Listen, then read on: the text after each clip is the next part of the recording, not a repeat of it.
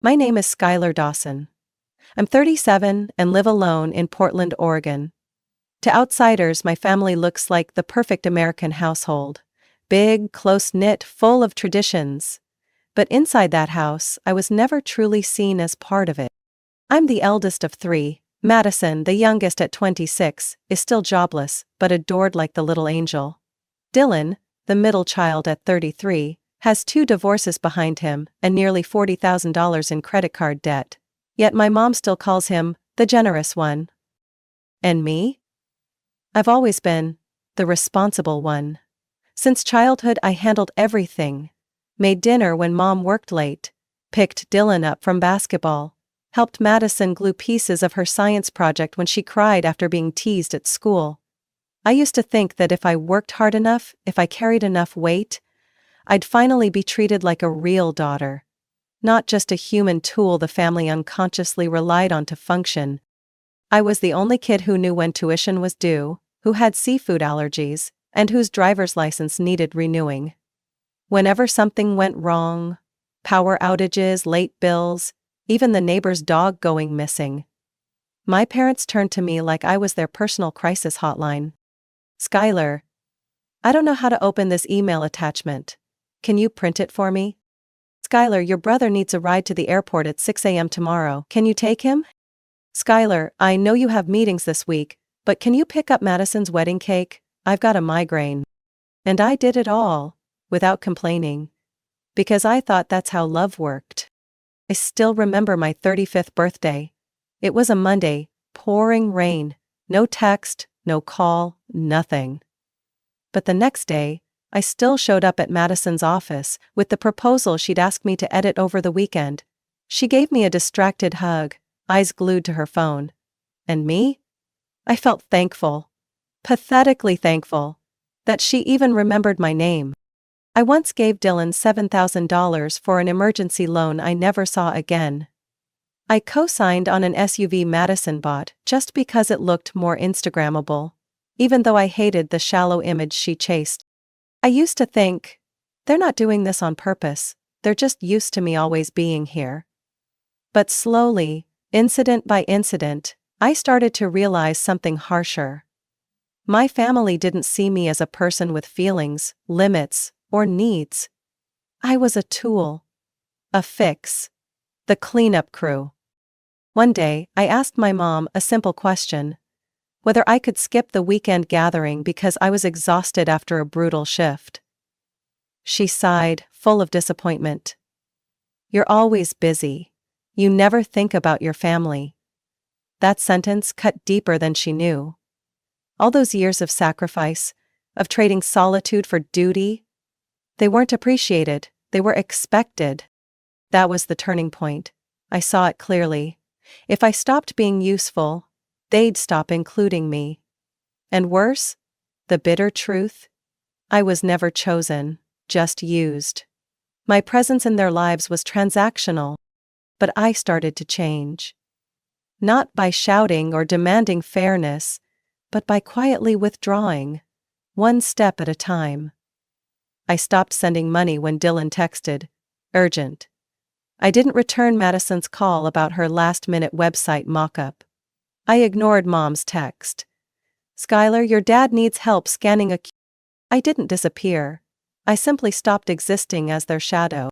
1 week before Thanksgiving, I was sitting in a small cafe in the Alberta Arts District, tweaking slides for a Monday morning pitch when my phone rang. It was Lydia, my maternal cousin, and the only relative who still shared family gossip like it was breaking news. Sky, did you hear? This year's Thanksgiving is happening at your parents' place, right? I kept my eyes on the laptop. Yeah. Why? What are you planning to wear? I paused. Lydia, what's going on? I don't know anything. She hesitated, then lowered her voice. Skylar, you're not on the list. I saw the group email. Everyone got copied. Cousins, uncles, aunts. Except you. My heart skipped.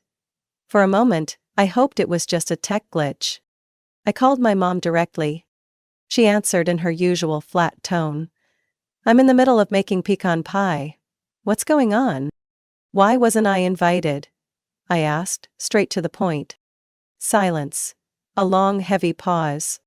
Well, this year, your dad and I wanted to keep it small, just close family. Fewer people means less stress. I furrowed my brow. I am your daughter, not some distant cousin. I know, Skylar, but you've been so busy. Lately you've seemed distant. We thought you could use some rest. And don't forget, last year you only stayed for 2 hours. Because I had to go back to work at the hospital, I snapped, and I paid for the entire meal. She said nothing. I sent over more than $1,200 3 weeks ago, I continued, voice cold. I placed the turkey order with Johnson's Farm, the Southern Spile stuffing from Ethel's, and the pumpkin cheesecake from Sweet Nest. The whole order was under my name. The delivery address? Your house? You did it to help, she said softly. But inviting you, that was a separate decision. The rage boiled under my skin. I forced a deep breath to keep myself from yelling in the cafe. Family? You mean the people who need my money, but don't want my presence? I hung up. That night, I opened my order confirmation emails. I hadn't just chipped in. I paid for the whole thing. No one thanked me. No one asked if I'd be there. They just assumed I'd fund it. And quietly erased me from the table I set. I called Johnson's Farm, the ones delivering the 16-pound organic turkey my mom insisted on every year. Hi, Ms. Dawson. The rep greeted me warmly. Would you like to update your order? No, I'd like to cancel it. There was a pause. It's a custom order and we're pretty close to the date. Is there a specific reason? I was uninvited from the meal I paid for. Is that reason enough? My voice was flat, but inside, a fire raged. I did the same with Ethel's and Sweet Nest. At first they hesitated. But once I sent receipts, my ID and the payment details, all under my name, they agreed to refund. On Thanksgiving morning, I stayed in my pajamas, poured myself a mug of hot apple cider, and watched a movie. At exactly 12:18 p.m., my phone rang. It was my dad. I let it ring 4 times before answering. Skylar, what happened with the order? Everyone's here waiting, nothing showed up. I feigned surprise. Really? That's odd. Maybe Mom should check with whoever placed it. You placed it? He barked. Did you cancel? I took a slow sip of cider and replied calmly. I assumed no one needed anything from me. I didn't say another word. I hung up as the chaos erupted on the other end. My mom's voice, Madison's shouting, Uncle Ron complaining, all swirling into a noisy storm of confusion and disappointment. I sat there in silence, staring out the window at Portland's cold gray sky. Outside, the last red leaves drifted lazily from the trees. In that moment, I didn't feel guilty. I felt free. I thought it would end there. A cold cancellation, an empty dinner table, a lesson deep enough to make them think twice. But I overestimated my family's sense of shame. That evening, after my dad's call, my phone wouldn't stop vibrating. Madison's texts came in rapid fire. Like popcorn in a microwave. Are you insane? Mom's crying in her room. Dylan had to drive all the way to Walmart in Medford for a frozen turkey, and today was supposed to be his day off. I didn't reply. Not because I wanted to punish them, but because I knew anything I said would be twisted into a new version of the story. I'd lived in this family long enough to understand. The one who defends herself is always called dramatic, petty, or divisive. I switched my phone to silent. The next morning, I opened Instagram and saw Madison's story, a long table set with whatever they could scramble together, captioned. When you have to cook because someone forgot to place the order. But family is still everything, grateful anyway. She didn't name me. But everyone knew who someone was. I just scoffed. 3 days later, I got a text from Mom, just one line. We missed you that day. Hope you're doing well. No apology, no ownership, not a single word about being excluded. It was the emotional equivalent of a throw blanket, not to comfort, but to cover up the mess. I didn't respond. Instead, I got an unexpected call from the only person in my family who'd never faked affection. Aunt Ruth. She's Mom's younger sister, lives in Eugene. Since I was little, she's quietly sent me birthday cards, hand-baked Christmas cookies, and never made promises she didn't keep. Her voice was low and steady. They really hurt you, didn't they, Sky? My throat tightened. I'd spent days acting strong, but just one well-placed question cracked it all open. I whispered, "They didn't invite me, Auntie. But they still let me pay for everything." Aunt Ruth sighed. I heard, and honestly, it's not just you. I stayed quiet, waiting for her to go on. Your mom has always been obsessed with appearances. She's terrified of anything that might expose the imperfections. So when someone goes off script, she calls it betrayal. Her words hit me like a fist to the chest, painful, but dead on. You don't have to go back and suffer, she continued. But if you do choose to show up again, make sure you get to write the next chapter. Don't let them finish your story for you. After that call, I started thinking. Not about revenge, but about reclaiming my voice. I was no longer the nodding daughter. And if they were going to pretend I didn't matter, I would make it impossible for them to keep ignoring me. A few days later, I asked a friend who worked in event planning to help me reprint all the receipts, my signature, their home address, every line item from the canceled Thanksgiving feast. I pasted them onto the back of a custom Thanksgiving card embossed with the words, "Thanks for showing me who was a guest and who was just the wallet." I mailed that card to every single relative who sat at that table. No comments, no explanations. Just a quiet reminder that silence doesn't equal ignorance. It's often just timing. That night, Dylan called. He never calls unless he needs money. His voice was uneasy. "You really sent that card?" "I did," I answered calmly. He gave a dry, nervous laugh. "Honestly? You scared the hell out of everyone. Mom says you're having a nervous breakdown. Madison says you're going through a late-life rebellion." I laughed. "And what do you think?" He exhaled. "I think maybe you were right. That table, it felt emptier than the missing food. It was missing the one person who always held it all together." I froze.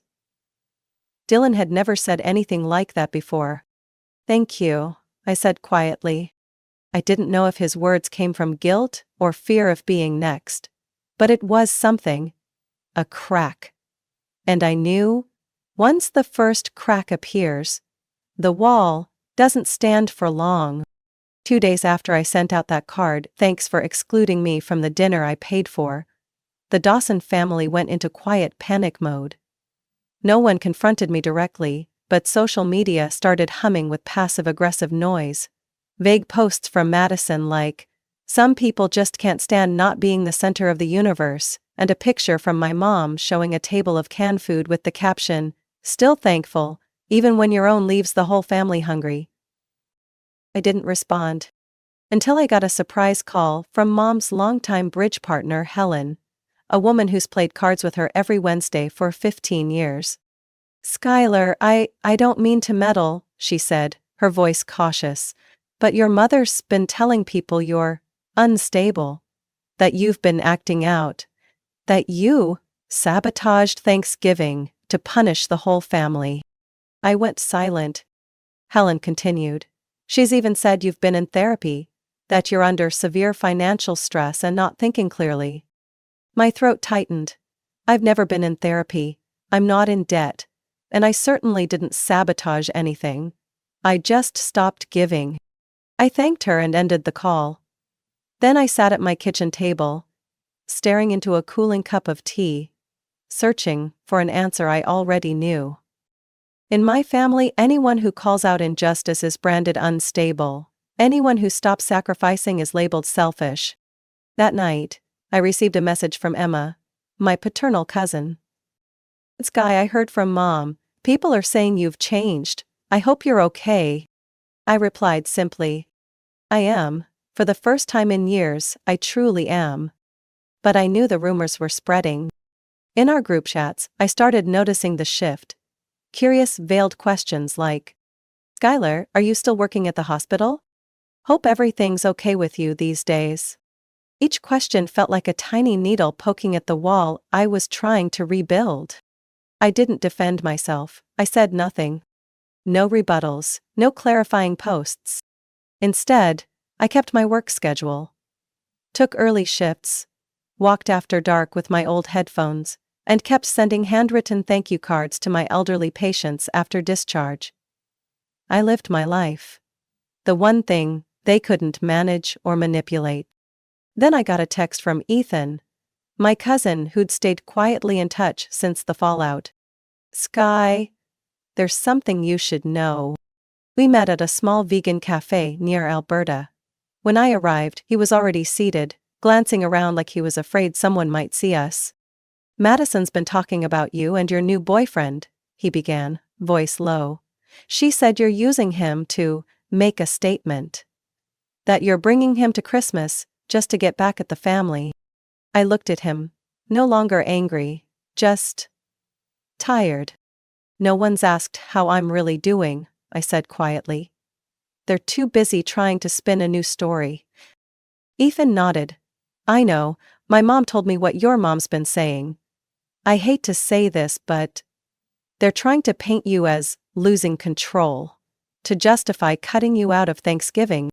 I straightened my back, a chill ran from my neck to the base of my spine. What do you think you can do? I asked. He paused, then said, I can't speak for you. But if you need someone to tell the truth, I'm here. I looked at my cousin. Under the soft cafe lighting, his face showed more guilt than I expected. Maybe he'd been quiet too long, too. I left that cafe without a plan for revenge. But I knew one thing. I won't let anyone write my life as a script I never agreed to. Christmas Eve, the air outside my parents' house in suburban Lake Oswego felt unusually sharp. The Oregon sky hung low, thick with gray clouds, and the snow barely clung to the stone steps, just enough to freeze, not enough to be beautiful. I stepped out of the car at exactly 6:17 p.m., my dark red wool coat swaying slightly in the wind. In my hand was another hand, smaller, thinner but solid like steel. You sure about this? My grandmother whispered. I nodded and rang the doorbell. Laughter, the clink of silverware, Madison's loud voice drifted from inside. Then the door swung open. My mother stood there. Her face froze solid, like a lake hit by winter wind. She looked at me, then at the woman beside me. Her gaze stalled, like she'd been slapped with a bucket of ice water. You brought her here? I smiled. I figured it was time people looked each other in the eye, without the fogged-up lens of the past. My grandmother. Evelyn adjusted her scarf. 78 and still standing tall, her silver hair pinned neatly at the nape of her neck, her eyes clear as glass. Hello, Helen, she said calmly, tilting her head. It's been a while. My mother pressed her lips into a thin line. You think this is the right moment? Absolutely, I said, stepping inside, guiding Grandma along. If you think someone you once called too toxic for family gatherings can ruin tonight, then maybe you understand how I felt a few weeks ago. The room fell dead silent. My father stood by the fireplace holding a glass of wine, his expression blank when he saw Grandma Evelyn. Madison, curled against her new boyfriend, let her forced smile dissolve as soon as her eyes met mine. Dylan furrowed his brow but said nothing. Grandma's gaze swept the room. Not confrontational, just cool and steady, like she'd walked into a restaurant she used to frequent long ago. Oh, you still have that clock I gave you, she said, pointing to the brass wall clock. Thought it had been sold or tossed by now. No one replied. I unwrapped my scarf and sank into the sofa like I belonged there. Merry Christmas, everyone! The air crackled with tension. But Grandma calmly sat at the dinner table, poured herself a glass of water, and nodded at each person, like it was just another warm holiday evening. "Are you doing well?" my father asked after a long silence. "Better than ever," she replied. "Though I was a bit sad not to receive an invite last year." My mother spun around. "You know why. You can't just show up like nothing ever happened." "Like nothing happened?" I repeated, my voice soft as breath. "Are you referring to cutting off Grandma after she refused to fund Dylan's coffee shop? Or calling her a troublemaker? Kind of like what you've been calling me lately." Mom's eyes lit with fury. "Don't drag up the past. This is—" "I'm talking about the present, Mom." I leaned forward, bracing my hands on the table. "The present. Where Grandma was erased from this family because she spoke the truth. Just like me." At that, Evelyn set her glass down and looked straight at her daughter. The woman now trembling, though I wasn't sure if it was from anger or fear. "Helen, I didn't come here to assign blame," she said. "I came for Skylar. She's lived years doing everything, being overlooked, and then called unstable just because she refused to stay quiet, just like me." Silence swept the room. Madison let go of her boyfriend's arm, muttered something, and stormed upstairs. Dylan looked at his shoes. My father swirled his wine as if it held answers. Finally, my mom stepped back a little. "Is this what tonight is? A group ambush?" I stood up. "No one's ambushing you. But you will face the consequences of your choices.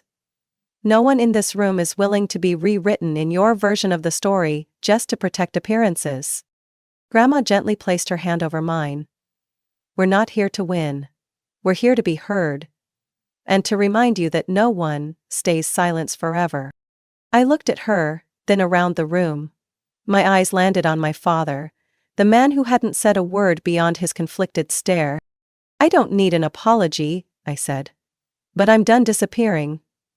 If anyone here finds my presence uncomfortable, then tonight is the last time they'll get to sit at a table I once served." No one responded. But in that silence, something shifted. And I knew.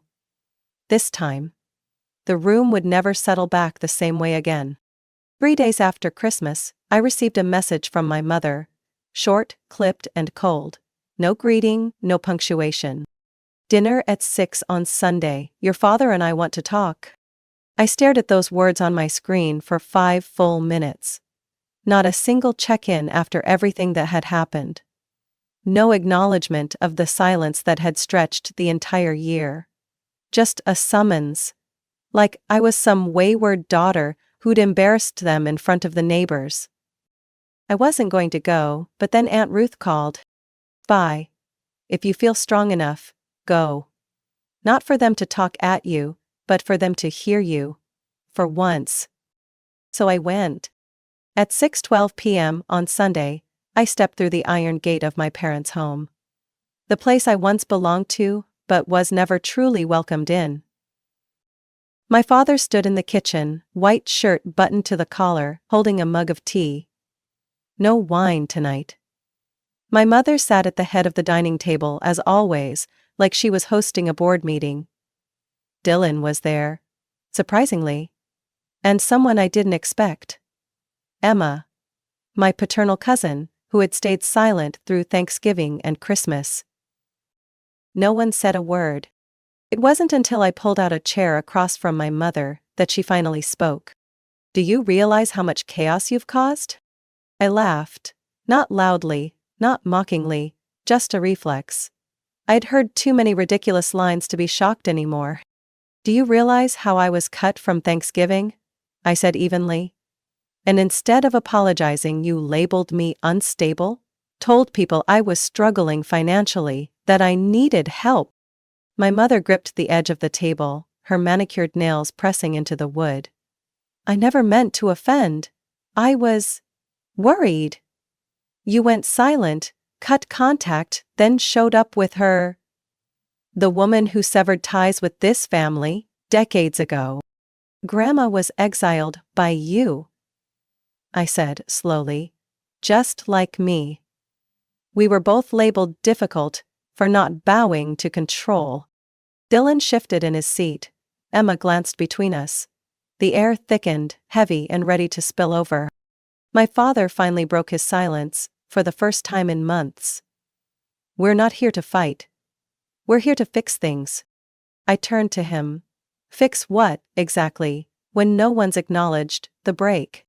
My mother snapped. "Then what do you want? An apology?" "No," I replied, firmly. "I want you to face what you did. Without spinning it. Without excuses." Silence. Then she stood abruptly, eyes blazing. "I was ashamed," she exploded. "I didn't want people to know that you weren't obeying anymore, that you weren't silent. I did everything I could to preserve the image of this family, even if it meant sacrificing the one child who knew how to hold it all together." The room froze. I didn't feel pity, only clarity. For once, she had said the truth. No filters. No gaslighting. "I don't need you to apologize," I said. "I just need you to understand that from this point on, I'm not carrying this family's burden anymore. I'm not here to make it look perfect." She slumped back into her chair. My father said nothing, his eyes fixed on the far wall. Emma placed her hand on the table. "Skylar, I'm sorry. I knew things were off, but I didn't want to be the one to make things uncomfortable, and I was wrong." Dylan didn't speak, he just gave a small nod, and that tiny gesture meant more than any forced apology I'd ever heard. I stood up. "I don't expect you to change, I'm done hoping for that, but if you continue to rewrite my story to others, I won't stay quiet. You've used shame to control people your whole life. But I'm not ashamed anymore. Maybe you should try living with that feeling instead." I had stood tall, said everything I needed, without shaking. I walked out of that house as the clock struck exactly 7. The wind outside cut sharp across my face, but inside, for the first time in years, I felt warm. I never went back to that house again. Not out of anger, but because I no longer had a reason to walk through the door of a place that only knew how to demand, never how to understand. Since that dinner, my mother sent exactly 4 messages. The first, on Monday. "I think we both said too much, hope you'll reconsider." I didn't reply. The second, on Thursday. "Aunt Ruth is stirring up more division. Don't let her influence you." I quietly blocked her number. The last 2 came on New Year's Eve, 2 minutes apart. "It's a new year, let's not hold on to resentment. Your father says if you don't reach out, he's deleting your number." I didn't reread them. I saved all 4 in a folder on my computer titled, "Evidence of Peace." Instead of reacting, I took action. I changed my phone number, got a new SIM card, shared only with the people I truly trusted. I left every family group chat without saying a word. I also transferred $500 to Aunt Ruth, as a quiet thank you for standing by me when no one else did. She mailed back a handwritten note. "Blood or not, I'm proud of you, for standing tall with your dignity intact." I taped it to the side of my bedroom mirror. Every week, I met Grandma Evelyn. Sometimes at her favorite Italian sandwich shop, sometimes just to walk around Union Lake. We didn't talk much about my mom. Instead, she told me stories. Like the time she refused marriage to a man just because he reminded her too much of her controlling father. I cried laughing when she admitted to hiding hair dye inside an oven to keep her brothers from tattling to Grandpa. I also started therapy. Not because I was broken, but because I needed a safe space to untangle the knots that had tightened around my life for decades. In the very first session, I told my therapist, "I don't want to learn how to forgive them. I just want to stop feeling guilty for choosing myself." He nodded, then said, "Then we'll begin with this, learning the difference between silence and boundaries." And I did learn, day by day. I rewrote my work schedule. I stopped taking weekend shifts unless absolutely necessary. I started growing vegetables in wooden planters on my balcony. I bought an old ukulele from a flea market and taught myself basic chords on YouTube. Even though my fingers ached so much I nearly quit. But I kept going. Because this time, I was doing it for me. Not as a chore, not for approval. I started journaling. Words I had never dared to say. I didn't write to be read. I wrote to stop feeling like I had to carry everything in silence. By February, I got a message from Emma, my cousin who had apologized during that defining dinner. I left the family group chat today. I finally understand why you went quiet. If you're open to it, I'd like to invite you over, just the two of us. I said yes. That night wasn't fancy. She made vegetarian lasagna, poured cheap red wine, and played soft jazz from an old Bluetooth speaker. But it was the first dinner in years where I didn't have to tense up to keep the peace. No forced smiles. No walking on eggshells. We talked about work, her new relationship, and the time she caught Madison using my name to apply for funding through an organization I'd never heard of. I shook my head. Then, I laughed. I'll speak the truth from now on, Emma said. I promise. I nodded. You don't need to promise. Just do what's right when no one else will. That night, I went home, looked around my small apartment. Wooden floors I cleaned myself, a slightly crooked painting I hung alone. Everything in that space was mine. Earned, chosen, built. No one gave it to me, no one could take it back. I sat down at my desk, opened my laptop and started typing a new document. The first line I wrote. Rule for self-respect. If you don't help nourish it, you don't get to destroy it. I stared at that sentence for a long time. Then I hit save. No one can force me to forgive. No one can stop me from walking away. And if they throw another dinner someday, and my chair is empty, it's no longer a seat meant for me. It's a reminder of someone who once carried everything, but now knows how to set it down and walk away with hands finally free. Skylar's story is a powerful reminder that clarity and strength don't always come from loud confrontations, but from deliberate silence and firm boundaries. In real life, many of us play the role of the reliable one, only to be overlooked until we finally walk away. Choosing yourself isn't selfish, it's how you reclaim peace and self-respect that's long been denied. What do you think about Skylar's decision? What would you do in her place? Share your thoughts in the comments, and don't forget to follow the channel for more powerful stories about family and real-life resilience. I always thought my engagement day would be one of the happiest moments of my life. A warm celebration, surrounded by family and friends offering their blessings, and me stepping into a new chapter with the man I love. Everything had been meticulously planned. Decorations, the menu, the guest list. But I never imagined that a single phone call could turn my special day into a nightmare. All because of a reason so absurd, it was almost unbelievable. I'm Rachel, 28 years old, and I'm preparing to marry Jake, my boyfriend of 4 years. We had spent months planning our engagement party, scheduled for next Saturday. I was so excited that I had trouble sleeping at night, just counting down the days. And then, my mother called. Rachel, you need to cancel the engagement party, she said the moment I picked up without even a greeting. I frowned, thinking I had misheard her. What did you say? I said you should cancel that party. We're throwing a celebration for Haley that day. She just got promoted to manager. This is a huge milestone in her career. For a few seconds, it felt like my heart stopped. Haley, my 25-year-old younger sister, had always been the golden child of the family. I was no stranger to my parents favoring her, but this was ridiculous. Mom, you must be joking, I chuckled, waiting for her to admit it was all just a harmless prank. But her voice remained as serious as ever. Don't be selfish, Rachel, the guest list is the same anyway. Just move your party to another day, what's the big deal? I gripped my phone tightly, my throat suddenly dry. No, Mom. This is my engagement party. I've been planning it for months. Haley only found out about her promotion last week. She can celebrate any other day. On the other end, my mother took a long breath, and when she spoke again, her tone was ice cold. "Rachel, you're always like this, only thinking about yourself. Haley worked so hard for this position, can't you just step aside for one day?" This time I wasn't even shocked.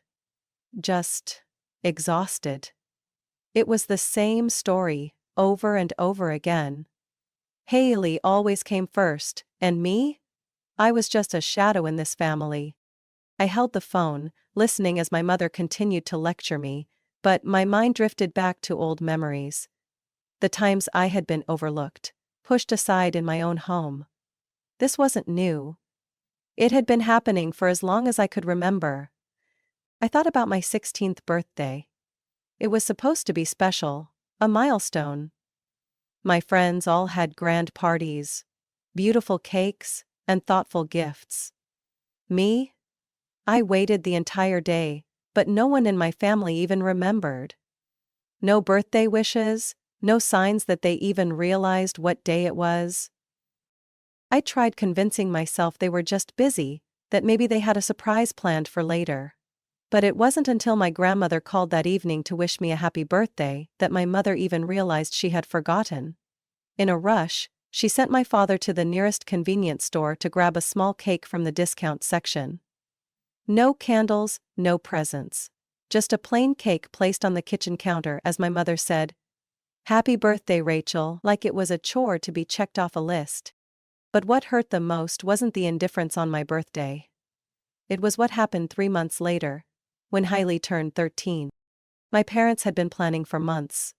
A 3-day party, extravagant decorations, a fancy restaurant, a massive cake with her name written in gold-dusted chocolate.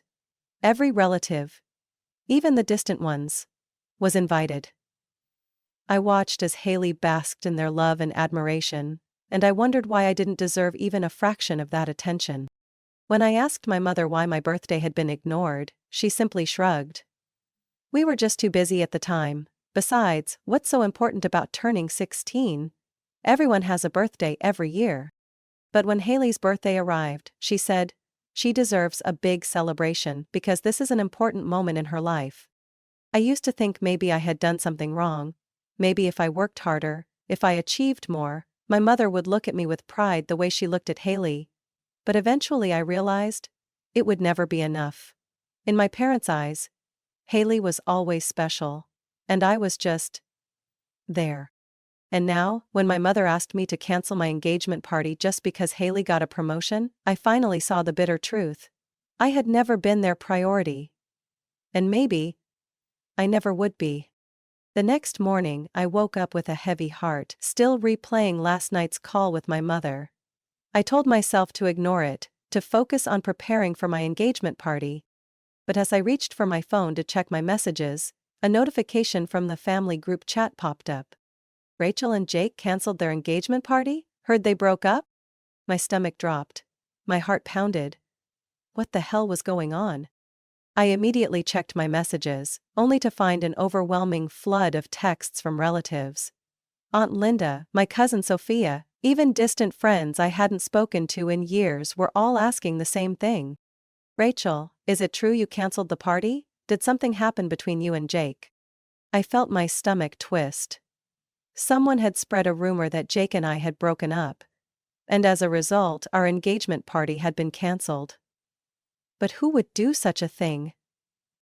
The answer came sooner than I expected. I called my cousin Sophia to ask her directly. She hesitated for a few seconds, before speaking in a hushed tone.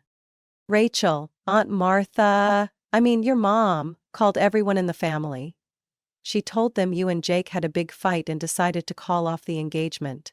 She said because of that, everyone should attend Haley's celebration instead of wasting time on an event that no longer matters." I froze, my grip on the phone tightening until my knuckles turned white. I couldn't believe it. My mother hadn't just asked me to give up my party for Haley. She had taken it upon herself to decide for me, and then fabricated an entire story to manipulate everyone into following her wishes. I swallowed hard, trying to keep my voice steady as I asked Sophia. Did everyone believe her? Some did, but others were skeptical. I think you need to speak up before it's too late.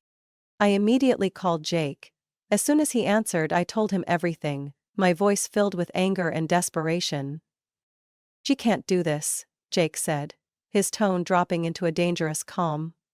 Rachel, we need to fix this, right now. I nodded, even though he couldn't see me. We're not letting her win. Within an hour, Jake and I launched a full-scale effort to reclaim the truth.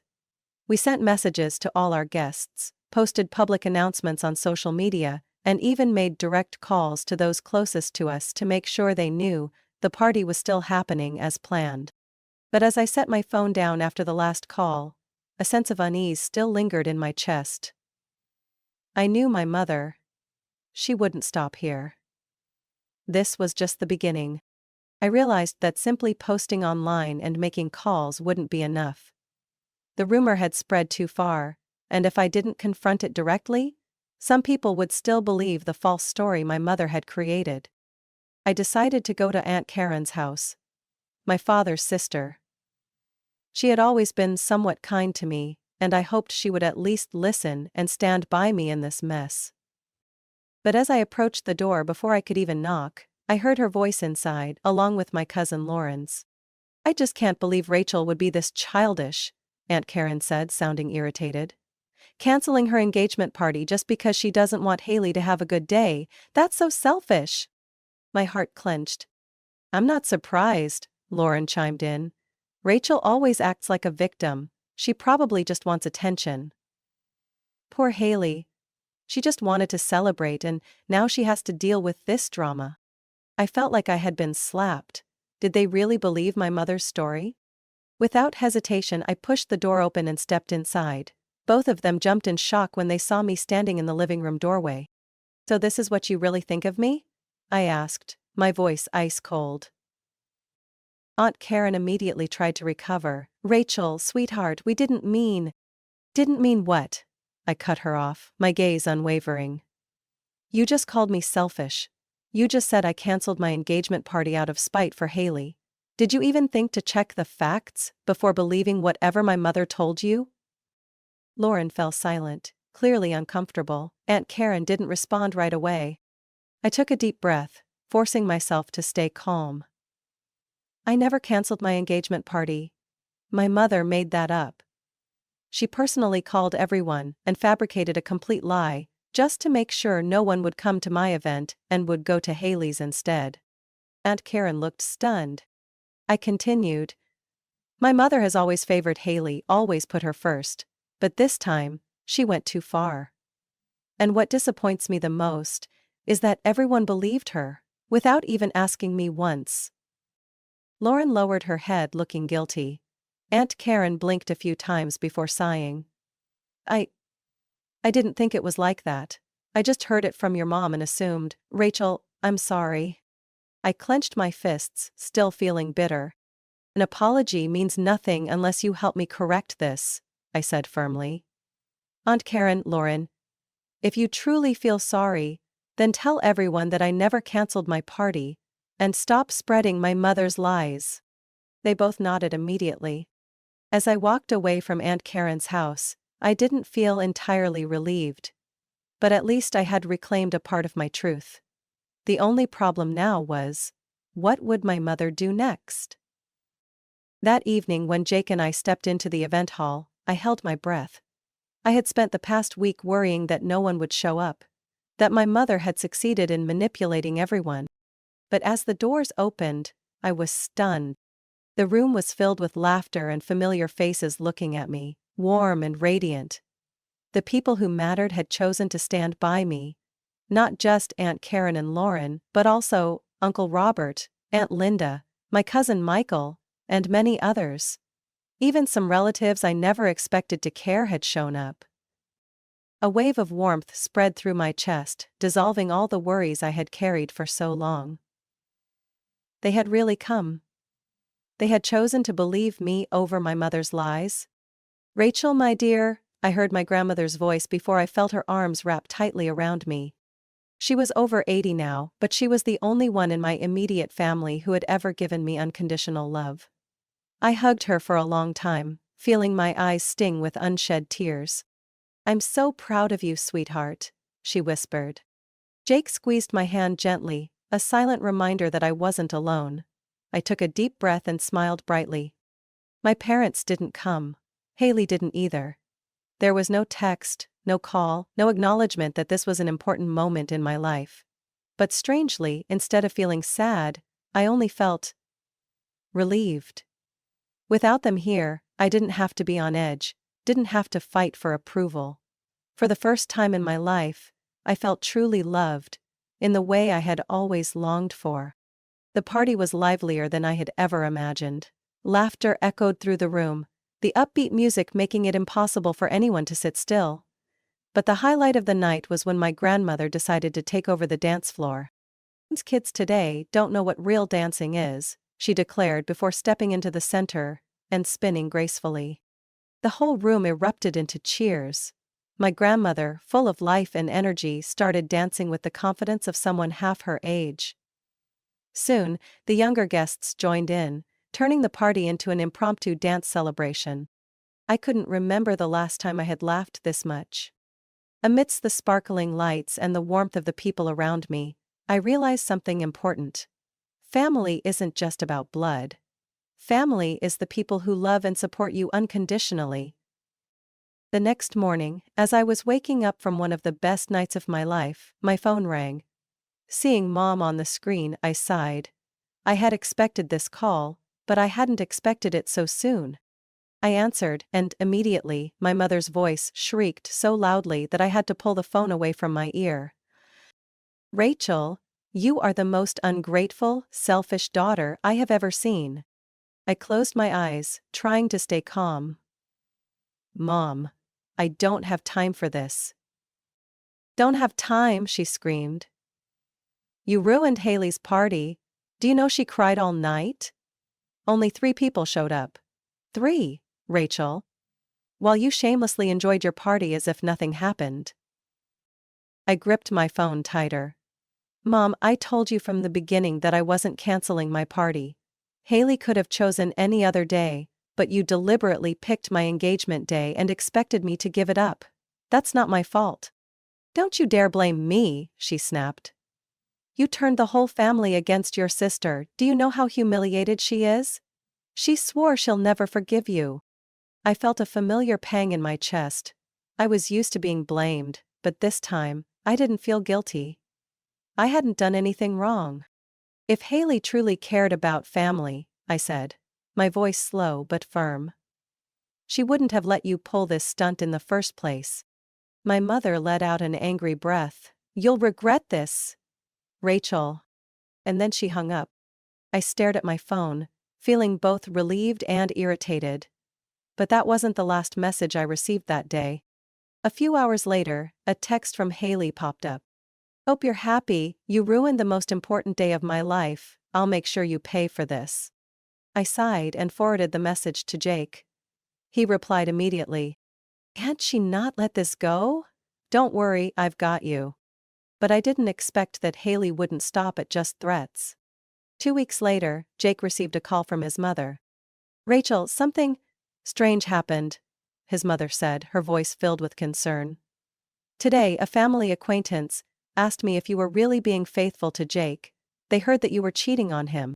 Jake immediately dismissed the rumor, but I already knew who was behind it. "It's Haley," I said, my throat dry. "She's trying to ruin me." But that wasn't all. A few days later, I started noticing odd looks from my coworkers. Some whispered when I walked past. I didn't understand what was happening. Until a close colleague pulled me aside. "Rachel, there's a rumor going around that you falsified data in a major project. I don't believe it, but it seems like someone is deliberately trying to discredit you." I felt like the air had been knocked out of me. Haley had really gone this far? But thankfully the situation didn't last long. My boss, a fair and level-headed person, quickly launched an internal investigation and found no signs of misconduct on my part. On the contrary, they traced anonymous emails spreading the false accusations back to an IP address that ultimately led to Haley. Haley was called in by her own company for an investigation into harassment and defamation. And then, the most shocking news spread. Haley was demoted. I couldn't believe it. The person who had set everything in motion had ultimately destroyed herself. But I knew that with Haley and my mother, this wasn't over. They would never leave me alone. My grandmother was the only person in my family who had always supported me, and after everything that had happened, I wasn't surprised when she called me a week after Haley's demotion. "Rachel, I know things have been terrible, but do you really want to cut ties with the family forever?" Her voice was gentle, full of hope. I closed my eyes and took a deep breath. I didn't want to argue with her. I knew she only wanted peace, but after so many years of hurt, I wasn't sure if there was anything left to hold on to. "I know your mother and Haley have done wrong," she continued. "But I also know you still love your family. Could you try? Just one more time? For me?" I had spent my whole life trying to earn my parents' approval. But now, I didn't want it anymore. But I loved my grandmother, and I didn't want to disappoint her. "I'll try one more time, Grandma," I said, though anxiety churned in my stomach. I stood in front of my parents' house, my hands clenched, my heart pounding.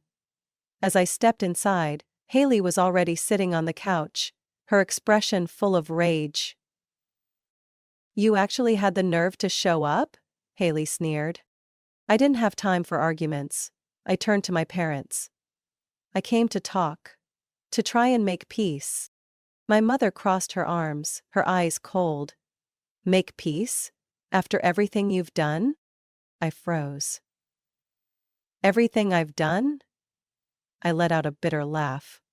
"I was framed. You spread lies to ruin my engagement party. Haley spread false rumors about me, and now, somehow, I'm the one who's done wrong?" Haley scoffed.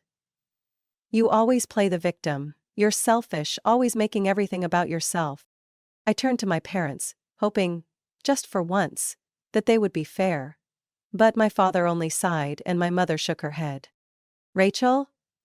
All you ever do is blame others. We've done our best to treat you fairly, but you always want everything to revolve around you." It felt like a punch to the gut. What had I expected? This was my family.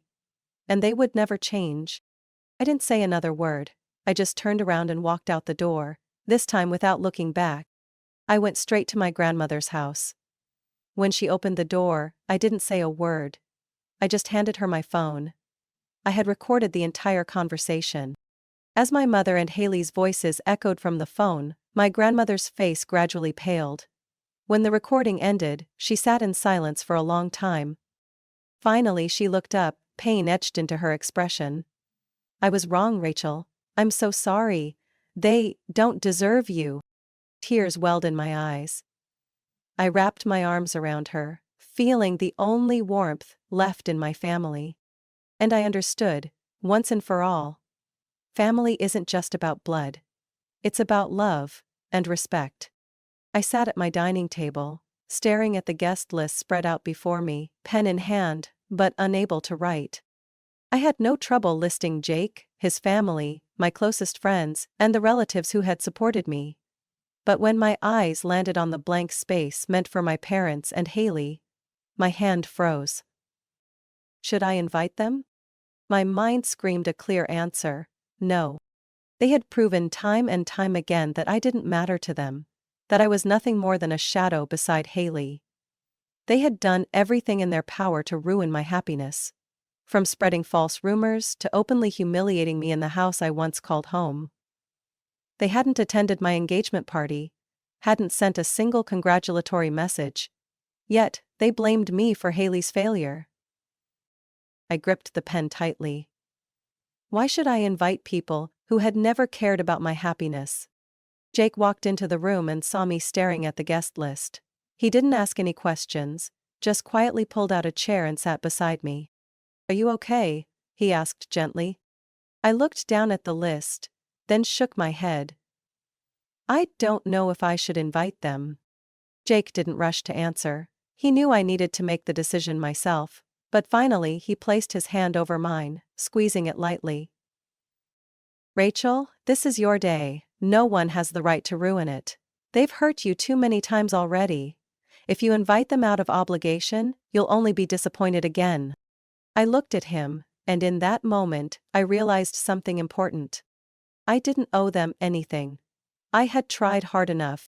I put the pen down, took a deep breath, and drew a firm line through their names. They don't deserve to be there, I said, and for the first time in years, I felt at peace. My wedding was not an opportunity to fix a broken family.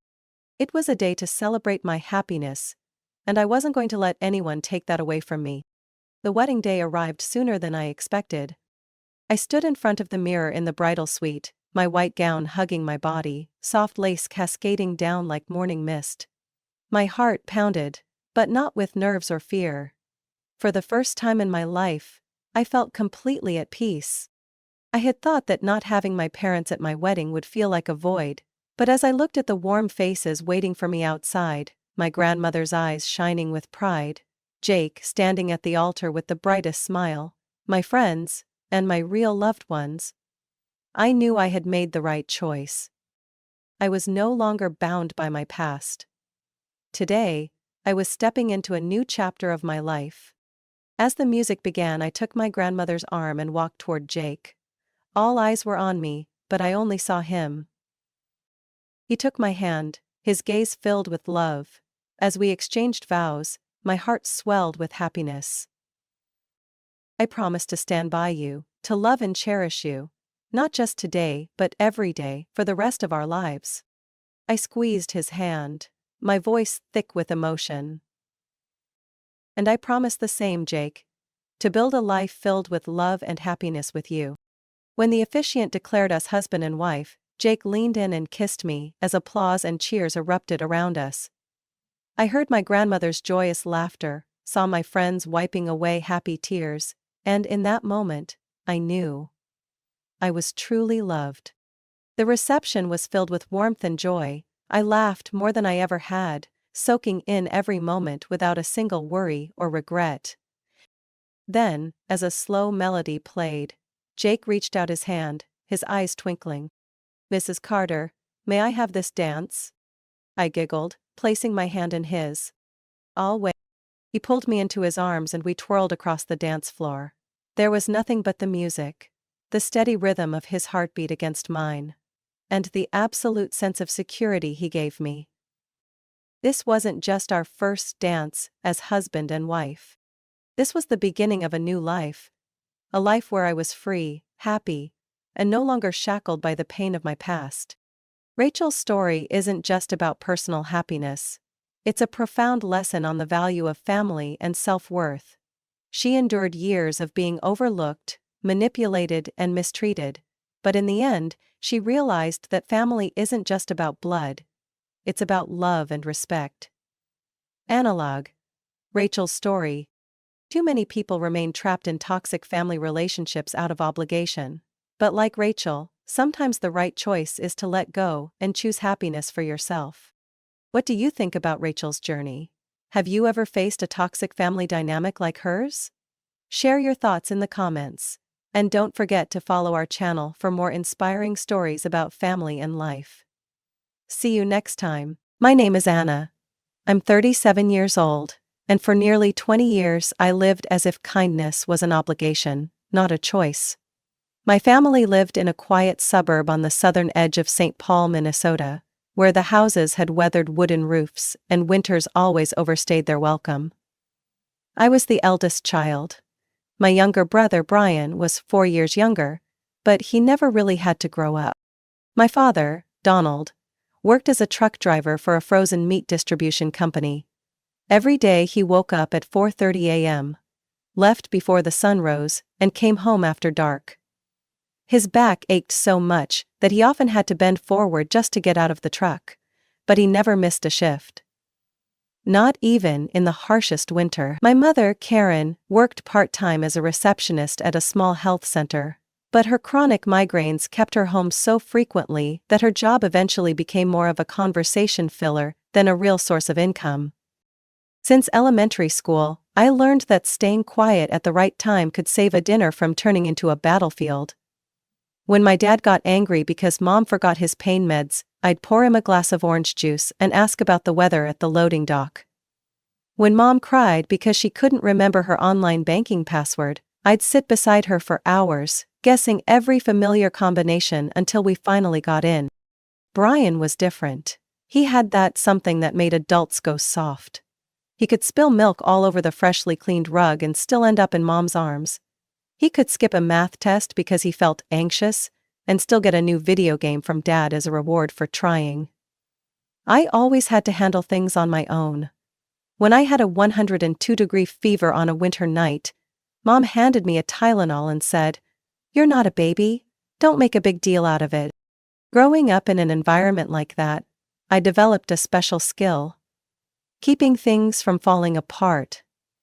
I was the one who cleaned the kitchen after my parents argued, the one who tutored Brian when his grades dropped, the one who shoveled snow and cut grass when dad was sore and mom couldn't sleep.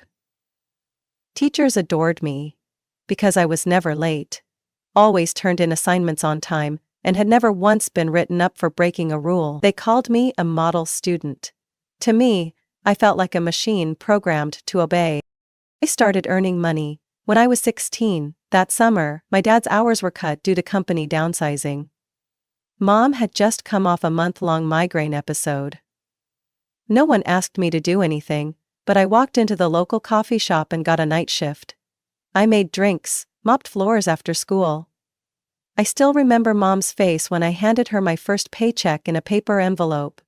Her eyes sparkled, but her fingers clutched the check like she was afraid I'd take it back. "Anna, you don't have to do this," she said, her voice trembling. "I want to help," I told her, and I meant it. "Because we're family." From that moment, I never stopped. Nobody asked, but everyone quietly expected. And so, the responsibilities piled on, day by day, month by month, and I truly believed that was the only way I knew how to love. I entered senior year of high school carrying two roles: honor student, and the silent backbone of my family. After classes at West Haven High, I'd run straight to Flannery's Bakery for the evening shift, scrubbing floors, bagging loaves and scrubbing pans crusted with burned flour. Every 2 weeks, I brought home my paycheck and placed it neatly on the kitchen counter next to the mail bin. My mother never asked where it came from, but she never refused it either. Some nights, she'd whisper, "Thank you, sweetheart. God bless you," before slipping the envelope into her purse, like she was afraid she might change her mind. I chose to attend community college in Bloomington, just a 30-minute drive from home. People called it smart and practical. The truth was, I didn't dare go far. Every time I considered moving into a dorm, Mom's voice would soften. "If you're not here, who's going to take me to my eye appointment next week?" Dad would add, "Your mom's car can't handle long trips, Anna. You're better off nearby." I studied marketing and worked as a TA in microeconomics to qualify for a partial scholarship. Days were for classes. Evenings, I waitressed at an Italian restaurant. Weekends, I transcribed legal notes for a retired lawyer in town. Some months, I sent home close to $700. Just enough to keep the living room lights on, and the fridge stocked with something besides ice cubes. When Brian got into college in Madison, my parents threw a party like he'd won a full-ride scholarship, even though I'd secretly been covering most of his tuition. "He's smart like his sister," Dad said that night, raising his wine glass as if to toast someone who wasn't even in the room. I smiled and said nothing. If I spoke, it would ruin the mood. When I graduated, there was no party, no balloons, no words of congratulations. I stood outside the auditorium in my cap and gown, watching friends take pictures with their families. I texted Mom, "I'm done. I'll be home soon to make dinner." My first job was at a media agency in downtown Minneapolis. The starting salary was decent, enough to rent a small apartment if I wanted, but I didn't. My parents had just replaced the roof after an April storm, taking on more than $8,000 in debt. They said they'd pay it off gradually, but I knew it wouldn't happen unless I stepped in. So I stayed. To save money, I told my coworkers when I turned down the chance to split rent. The truth? I paid off that debt in the first 6 months of work. A few years later, I got promoted. The company gave me a small bonus. I used it to buy Mom a neck massager to help with her chronic migraines, and got Brian a new laptop because the old one can't handle my design software. I still hadn't upgraded my own phone. An iPhone SE from 2016, scratch screen, and a battery that barely lasted half a day. I never took a vacation. Not because I didn't want to, but because I couldn't imagine being gone for 7 days without someone to drive Mom to pick up her meds, or change Dad's oil, or help Brian cram for another math exam. I kept telling myself, just a little longer and things would be okay. They'd be okay. I never asked, what about me? When friends asked why I still lived at home, still single, still working like I was racing a storm, I'd joke, I'm the eldest daughter. It's my destiny to keep the house from falling apart. People laughed, but I wasn't joking. I had traded the best years of my life to patch the cracks in a house I wasn't even sure I belonged in anymore. At first, I was the golden child. Mom praised me at church, Dad bragged about me to coworkers. But over time, the praise faded. No one thanked me when I paid the electric bill. No one said, thanks to you. They just asked, what day are you sending the money this month? Gratitude had quietly morphed into expectation. Quiet, constant, and relentless. I didn't see it clearly until one August afternoon, when Mom called me in the middle of a workday. She didn't ask how I was, she didn't ask if I was busy, she simply said, Anna, don't forget to pay the home insurance today, it was due yesterday. That sentence landed like a command in my ear. That was when I realized I was no longer the beloved daughter, I had become a profit engine, greased by silent sacrifice. I still vividly remember that evening, right after I finished an online meeting with a partner in Chicago. The marketing campaign I had led had officially crossed the $1 million revenue mark in just 6 weeks. I set down my laptop and headed to the kitchen to prepare dinner for the family, like every other day. As I opened the fridge, my mom walked in. Arms crossed, looking me up and down. You're almost 30, Anna, she said, her voice not loud but sharp like a blade. Are you seriously not planning to have a man in your life?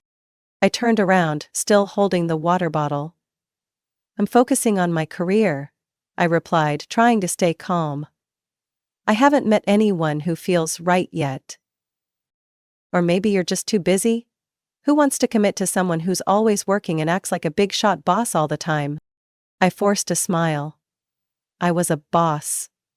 At least a team lead. And I worked like that to keep this house from being foreclosed. But my mom didn't care about that. She only wanted to know when I'd bring home a husband, like her friend's daughter, who just got engaged last weekend. That night, I didn't eat with the family. I brought my food up to my room, eating while checking my bank balance. I had just paid the gas bill, the internet, and my dad's health insurance the previous week. All in all, I had spent nearly $2,400 this month on the family, not counting groceries or supplements for my mom. A week later, at the family's Thanksgiving gathering, I tried to share about a new project I was developing. An e-commerce platform for small businesses across the Midwest. I had just been praised by the CEO in front of the whole company. But before I could finish my sentence, my mom turned to Brian and said, "Tell your sister about the internship in Denver." Brian beamed and launched into a detailed story about the very open work culture and his outings with coworkers.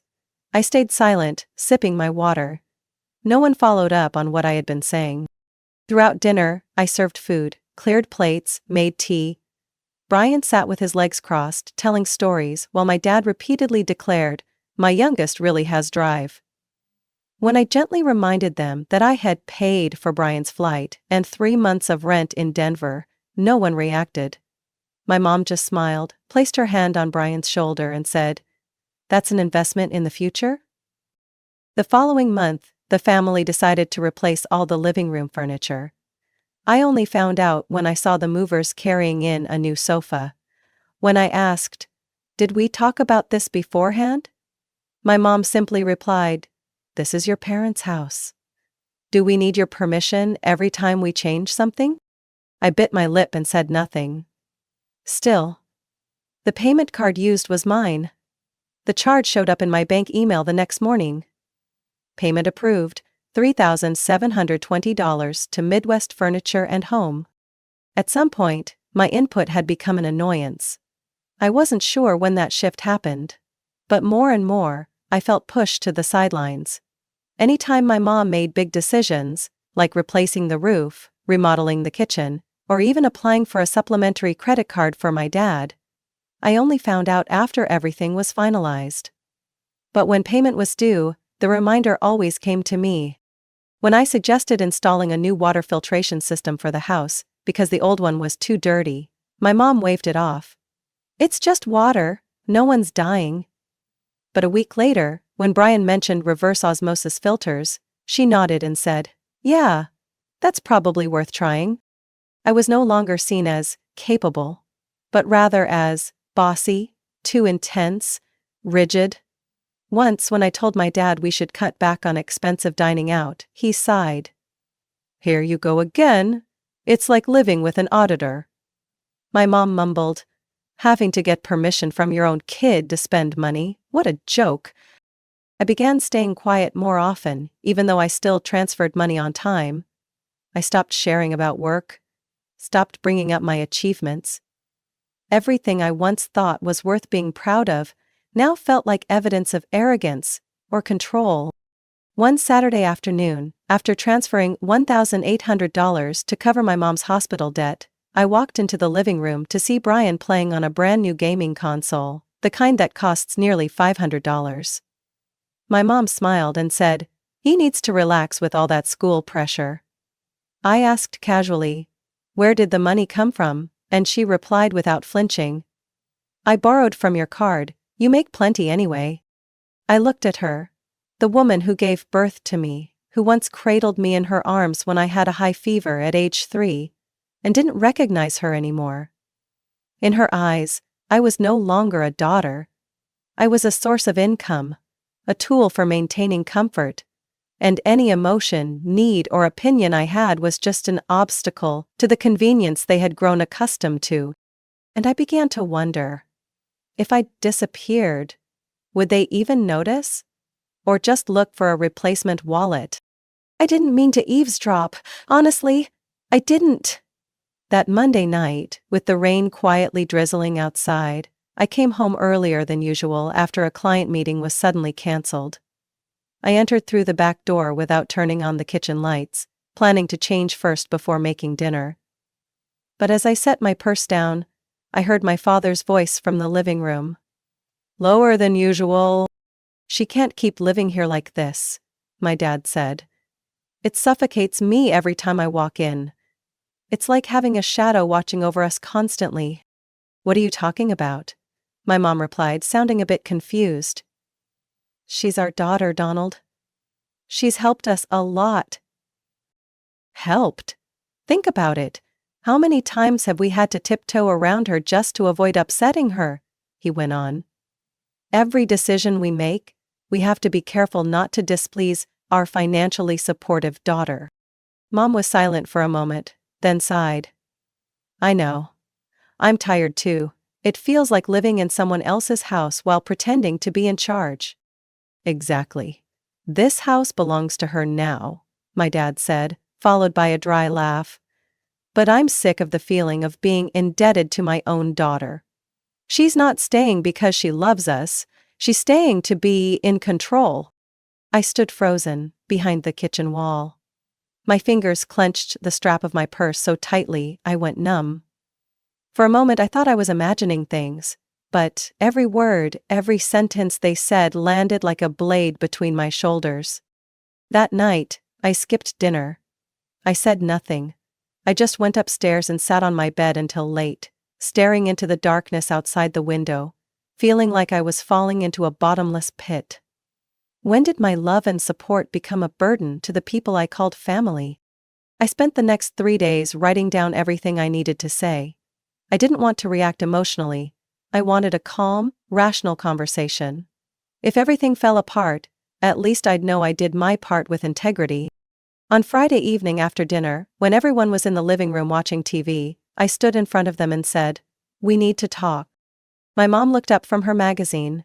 My dad muted the TV without a word. Brian pulled out his earbuds with a visibly annoyed expression. I took a deep breath. "I know things have been tense around here lately," I began. "And I think it's time we talked honestly about what's really going on." "Here we go again," my dad muttered, crossing his arms. Still, I kept my tone steady. "I've supported this family financially for nearly a decade. I've never regretted it. But lately, I don't feel respected. Whenever I express my thoughts, I'm shut down like I'm interfering. But when it comes to money, I'm always the first one you call." "You chose to give money," my mom cut in. "No one asked you to. You did it on your own. And now you want recognition?" I looked at her. "I'm not asking for praise. I just want to be treated like a family member, not a walking wallet." "Oh, for heaven's sake," Anna, my dad stood up. "You think this house revolves around you? We fed you, gave you shelter, and now you're lecturing us?"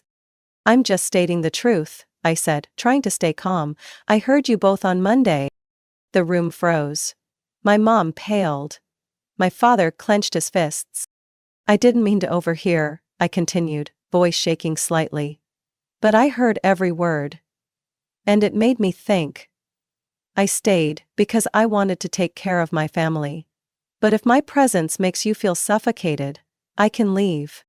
"Then leave," Brian suddenly snapped. "You think you're so special, always making people feel small? You live here like you own the place." "Brian," I turned to him. "Who do you think paid for your tuition, your apartment? Where do you think that money came from? You did it to control everyone, not out of love." Brian sneered. "You just want to feel important. You don't know how to exist without being the center." I turned back to my parents. Neither of them said a word. No one stood up for me. "That's enough," my dad said coldly. "You're our daughter, but you've crossed a line. If you're hurt by us telling the truth, maybe you really should find somewhere else to live. Stop torturing us with your guilt trips." I looked at them.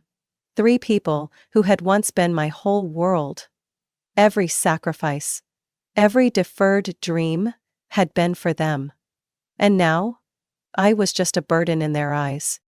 "Fine," I said, my voice quiet but firm. "If that's what you want, I'll leave." "Tomorrow?" my mom asked, her tone indifferent. "Right now," I replied, turning to head upstairs. Behind me, my father fired one last shot, like a bullet to the back. "Don't come back. Don't expect us to need anything from you again." I didn't answer, I just walked. No shouting, no tears, but every step I took echoed with the sound of something quietly collapsing. I moved out of my parents' house at exactly midnight that night. No one saw me off. No one looked back. I closed the door so softly that no one knew I had vanished from their lives, just as they had wished. And for the first time, I didn't look back. I called Claire, my best friend from college, who had once told me to come live with her at least until you get your balance back. She lived in a 2-bedroom apartment in the Lake Nokomis area, just over a 10-minute drive from my office. She didn't ask much over the phone, just said, "Do you need the key or should I leave the door unlocked?" I chose to knock. When I arrived, Claire had already made hot cocoa and set up the guest bed. When she saw me dragging 2 suitcases and a document bag, she didn't ask, "What happened?" She just said one thing. "You finally chose yourself." The first week passed in a blur. I went to work like a machine. Still punctual, still turning in reports, still smiling at coworkers, but completely hollow inside. Every time I picked up my phone, I hoped for a message from Mom. Or even a cold call from Dad. But the inbox remained empty. I missed home. Not the house itself, but the idea of where I thought I belonged. I missed the clinking of silverware at dinner, the scent of the laundry detergent Mom used, even the dim yellow light in the upstairs hallway. But deep down, I knew those things were no longer mine. Maybe they never truly were. The strange thing was, while my heart felt shattered, my wallet was full. After 3 weeks of not paying utility bills, medical expenses, tuition, or house maintenance, my account was untouched. I walked into Whole Foods without checking the sale column. I booked a long overdue skin exam at a private clinic for the first time in 6 years. I ate breakfast without opening my banking app or checking which bill was due next. Claire was the first to notice the shift. One night she walked into my room while I was sitting by the window, laptop shut, warm tea in hand. "When's the last time you just sat like this?" she asked. I smiled faintly, eyes still on the distant yellow lights reflecting off the lake. "Maybe. Since I was 20? You need to talk to someone, Anna," she said gently but firmly. "You've lived for other people for so long. Now it's time to understand why you let yourself endure all of that." I agreed, partly because she was right, partly because, for the first time in my life, I felt I had the right to choose. Even in healing. I found a therapist named Dr. Helen Monroe. Her office was on the 12th floor of an old building, flooded with light and eerie calm. During our third session, after I described how I'd lived, how I'd taken care of my family like it was my silent duty, she wrote 2 words on a notepad: parentification and emotional manipulation. "Anna," she said evenly, "you were placed in the role of an adult far too early. You were never allowed to be a child. You became the pillar when you were barely learning to stand." I sat frozen, unable to breathe. "The scariest part," she continued, "is that you were praised for it. And you confused that admiration with love." Every week, I met with Dr. Monroe. I started learning how to identify boundaries, something I once mistook for selfishness. I learned to tell the difference between genuine love and calculated dependency. I wrote down what I wanted, not just what I was supposed to do. And then, my work life changed too. Maybe because I wasn't running on fumes anymore. I began making decisions with real confidence, not just to prove my worth to my family. I proposed a completely new campaign strategy to a major client, and they approved it. My department head smiled at me during our routine meeting and said, "You seem lighter these days, Anna, brighter." Maybe it was because I had finally put down a burden I thought I could never unload. I also returned to playing piano, an old love I had abandoned because I didn't have time. I signed up for weekend yoga with Claire, started reading fiction again at night instead of hunched over my laptop till midnight. I bought a vintage-style desk lamp I'd always wanted but considered extravagant. For the first time, no one asked, "Why did you buy that?"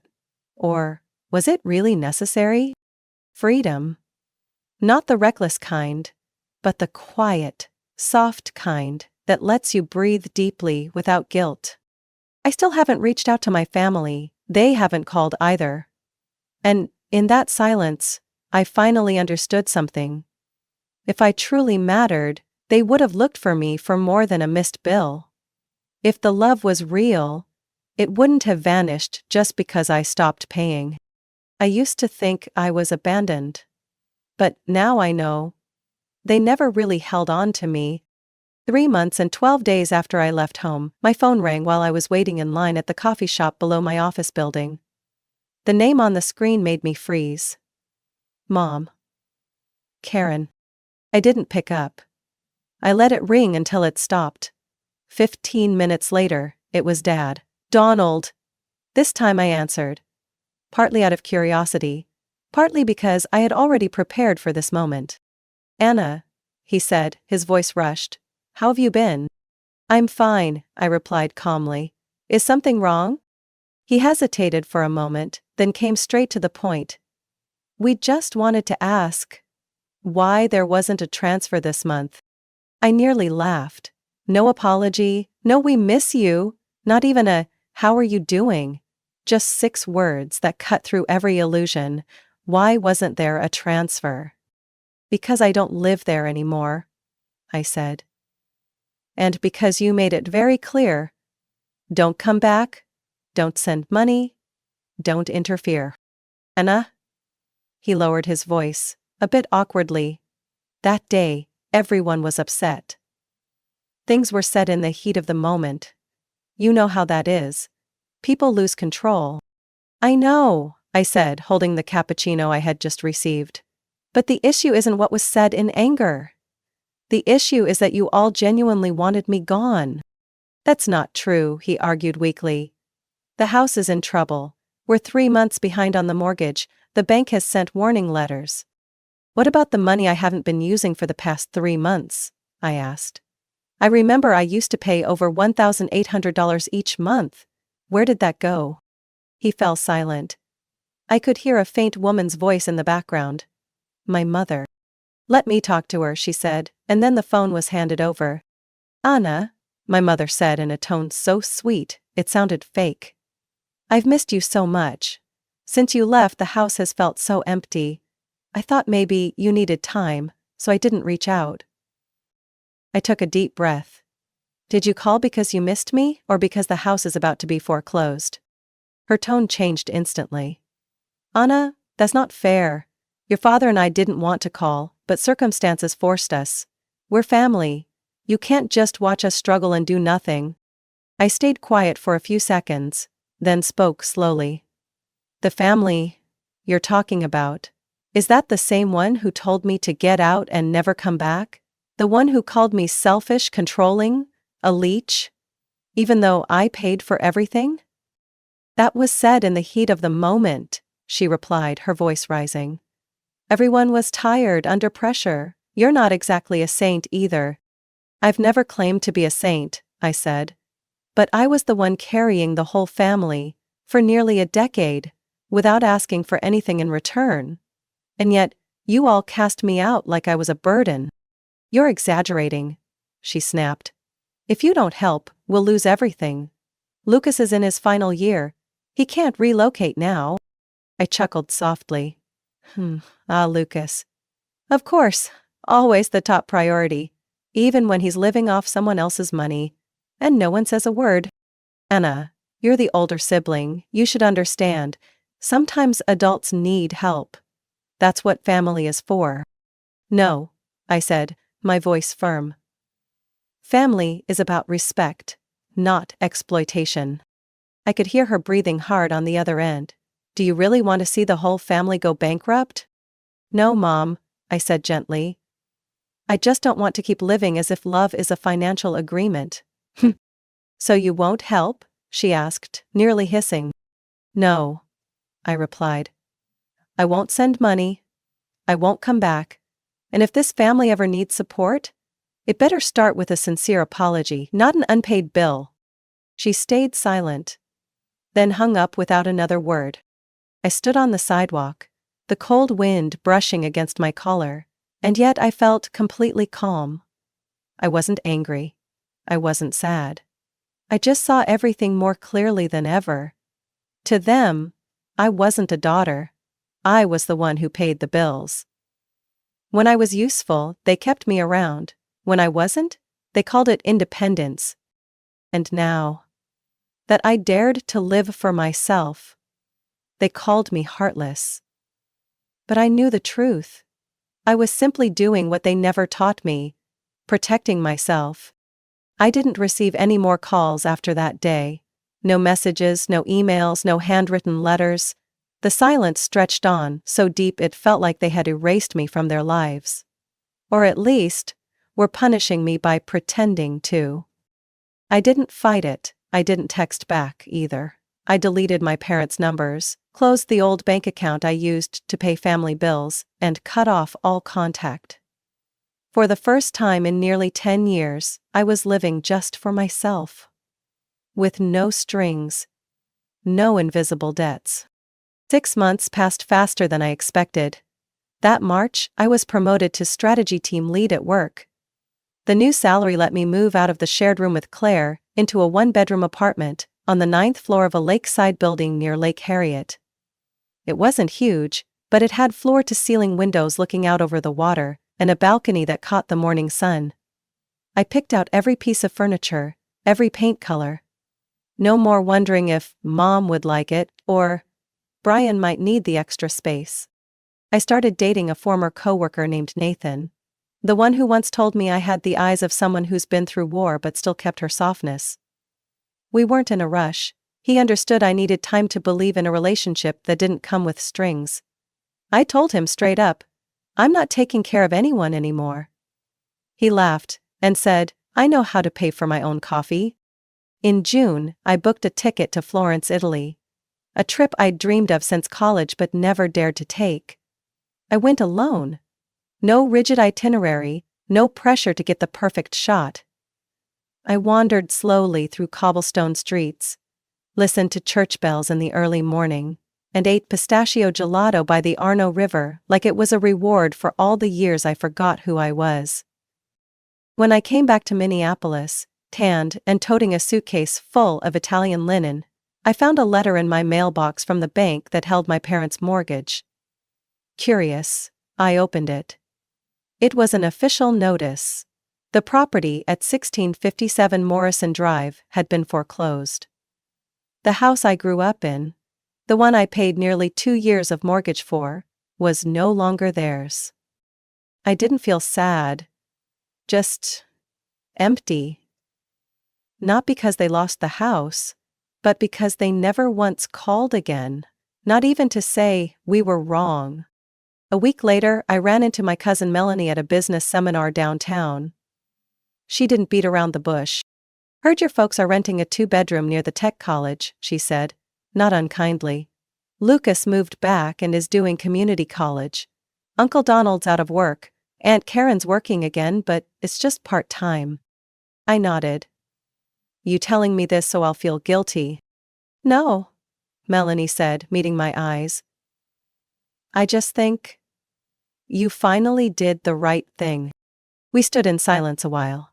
Then she added, you know, back in the day, the whole family thought you were the spoiled one. Smart, sure, but still, the girl living off her parents. After everything that happened, they finally realized you were the one carrying the whole household and no one even saw it. I didn't respond, but as I walked out of the conference hall that afternoon, I felt an odd sense of peace. Like the truth had finally found its place. I kept living my own life. I enrolled in a weekend visual arts class. I went to a craft fair in Portland with Nathan.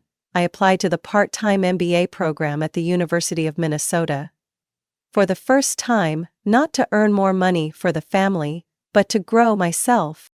Sometimes, when I pass by the old house, now painted a new color with different people living inside, I don't get teary anymore. I just think, I lived, I loved, I sacrificed there. But that's not home anymore. Home now is where I'm respected. I don't know if my parents ever understood. Maybe they did, maybe they didn't. But I know one thing for sure.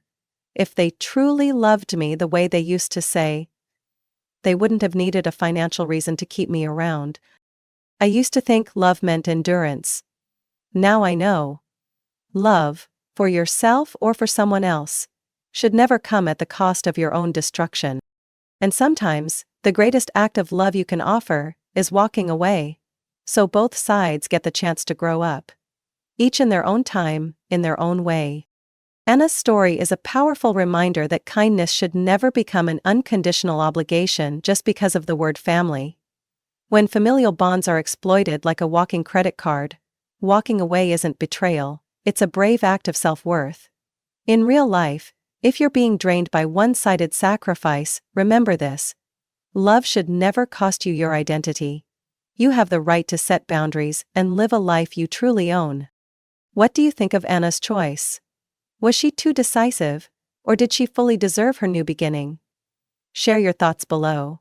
And don't forget to follow the channel for more heartfelt stories about family and life. If you ever thought that every child is loved equally in a family, then you've never lived in my house. From the moment I learned to say the word mom, I had to learn one more thing. How to stay silent when my sister lied. I still remember my 10th birthday. The cake, the presents, the games. Everything was meant for someone else. I stood in the corner of the yard, watching my friends sing happy birthday to a child I called my sister, while my parents clapped as if it were her birthday. They said it was just for fun, but I knew very well. On that day, I was just a supporting actor in the beloved Kendall show. My name is Catherine, and this is the story of how my entire childhood was distorted under the shadow of the golden child in the house. Kendall is only 2 years older than me, but it felt like she was born to rule the little world in which I was allowed to merely exist. From the color of the bedroom walls to the taste of toothpaste, everything in the house had to suit Kendall. And if it didn't, then, Catherine is just jealous, my mom would say, glaring at me as though I were a threat to the fake peace in our 2-story house in suburban Minnesota. I don't know when my parents started to idolize Kendall. Maybe it was because she was the firstborn, born after many years of my mom trying to conceive. They called her the winter miracle, the first light after the storm, a gift from God. And me? I was an unexpected surprise. Still, I tried. I was obedient. I studied hard. I always did my chores without being reminded. But none of that was ever enough to earn a hug or a proud look. And Kendall? A sloppy drawing would be taped to the refrigerator with the words, "Mom's little genius." There was one time, when I was only 6, Kendall broke a glass vase in the living room while chasing the cat. I was nearby putting together a Lego set. When Mom rushed in, Kendall quickly hugged her arm and cried out. Catherine pushed me. I froze. I shook my head, about to explain. But my mom's look was like a knife cutting through my throat. Are you jealous of Kendall again? Why can't you love your sister for once? I was banned from watching TV for a week. Kendall, on the other hand, had chocolate ice cream that night, and Mom sang her to sleep with her favorite song. Gradually I learned a lesson. In this house, the truth didn't matter. As long as Kendall said it, it became the right thing. My sister didn't stop at lying. As we got older, she began using that favoritism as a weapon. I remember when I was 12, Kendall invited me to play dolls with her friends. I was surprised because she usually ignored me. But just 10 minutes later, I realized I was just the joke. They cut my doll's hair, teased the way I spoke, and Kendall laughed as if it were a show. I ran to my room, crying alone. When Mom asked why my eyes were red, I stammered and explained, but Kendall just laughed. She's just too sensitive, Mom. I just wanted to have fun with her. Mom sighed again. Catherine, you need to learn not to make a big deal out of things. Kendall is trying to get closer to you. From then on, I never went into Kendall's room again. The bitterest part was when Kendall got jealous if she saw me being liked by my friends. I wasn't as pretty as Kendall. I didn't wear expensive clothes or take piano lessons like she did. But I knew how to listen, how to comfort others. And maybe that's why I had a few true friends at school. Kendall didn't. At first, I didn't pay attention, but gradually, I realized my sister always went to school alone. No one walked with her, no one greeted her except the teacher. And then, Kendall began hating me more. She whispered to my parents that my friends talked behind my back, that they weren't sincere. When I came home, Mom sat beside me on the couch, her voice soft. Sweetie, Kendall says you yell at your friends. Do you do that? I shook my head vigorously, trying to convince Mom that it wasn't true. But Mom's gaze was full of doubt. And then I was banned from going out for a month. Another time, when I was getting ready to go camping for the weekend with my friends, Kendall snuck into my room, found the registration form and ripped it up. I caught her right as she was doing it. What's wrong with you? I yelled. You don't need friends, you have your family. That's enough, she said coldly, then walked off as if nothing had happened. I told Mom. She sighed. Catherine, Kendall is going through a sensitive time. You're the younger one, you need to learn to give way to her. I don't know how many times I cried in that light gray room, the color Kendall chose for both of us. I wanted a green wall, but Mom said it didn't match. Kendall said it looked tacky. I wanted to learn dance, but Kendall chose piano. So I was put in French class, even though I didn't like it. I began to get used to living without the right to choose. Every time I tried to stand up, I was pulled down by a criticism, a suspicious look, a stab in the back from the one whom everyone in the house believed was perfect. When I was 14, my parents threw a big birthday party for Kendall. They rented an outdoor venue, had a band, a 3-tier cake, and even a professional photographer. I spent the entire evening helping with the glasses, and no one asked if I was tired. A month later, for my birthday, Mom brought home a small cake and told me to cut it myself. "We need to save a little, sweetie. The family is a bit tight this year." I laughed, though my heart was empty, because I understood early on, I was not anyone's winter miracle. I once thought that adolescence would open up a new world, where I could be myself, have the right to choose my friends, love, and my own dreams. But for me, adolescence was just another prison. The brick walls were not made of cement, but of suspicious glances, unreasonable accusations, and a sister who knew exactly how to manipulate my parents' trust. I began to have my first true friends when I entered high school. At school, I was completely different from at home, more confident, sociable, and hard-working. My friends cared about me, because I knew how to listen, because I was always willing to help with nothing expected in return. But that was a thorn in Kendall's side. One afternoon when I just got home, my mom was waiting in the kitchen with a cold stare, as if I had committed some crime. "Allison called me. Do you know what she said?" she asked, her voice taut like a stretched wire. I was stunned. Allison was my best friend. "I don't know." "What happened?" "She said you were talking behind her back. That you were jealous because she's loved by so many people." I was speechless. Allison had never been petty like that. I quickly picked up the phone to call her, but I found that the most recent message I sent had been deleted. The only one who could do that was Kendall, because only she knew the password to my phone. I stood there shaking, wanting to scream. But before I could say anything, my mom coldly said, "I didn't expect you to be so spiteful. From now on, you're not allowed to hang out after school." I choked back my tears. It wasn't the first time Kendall had ruined me. But every time it happened, it still felt like another crack in my heart.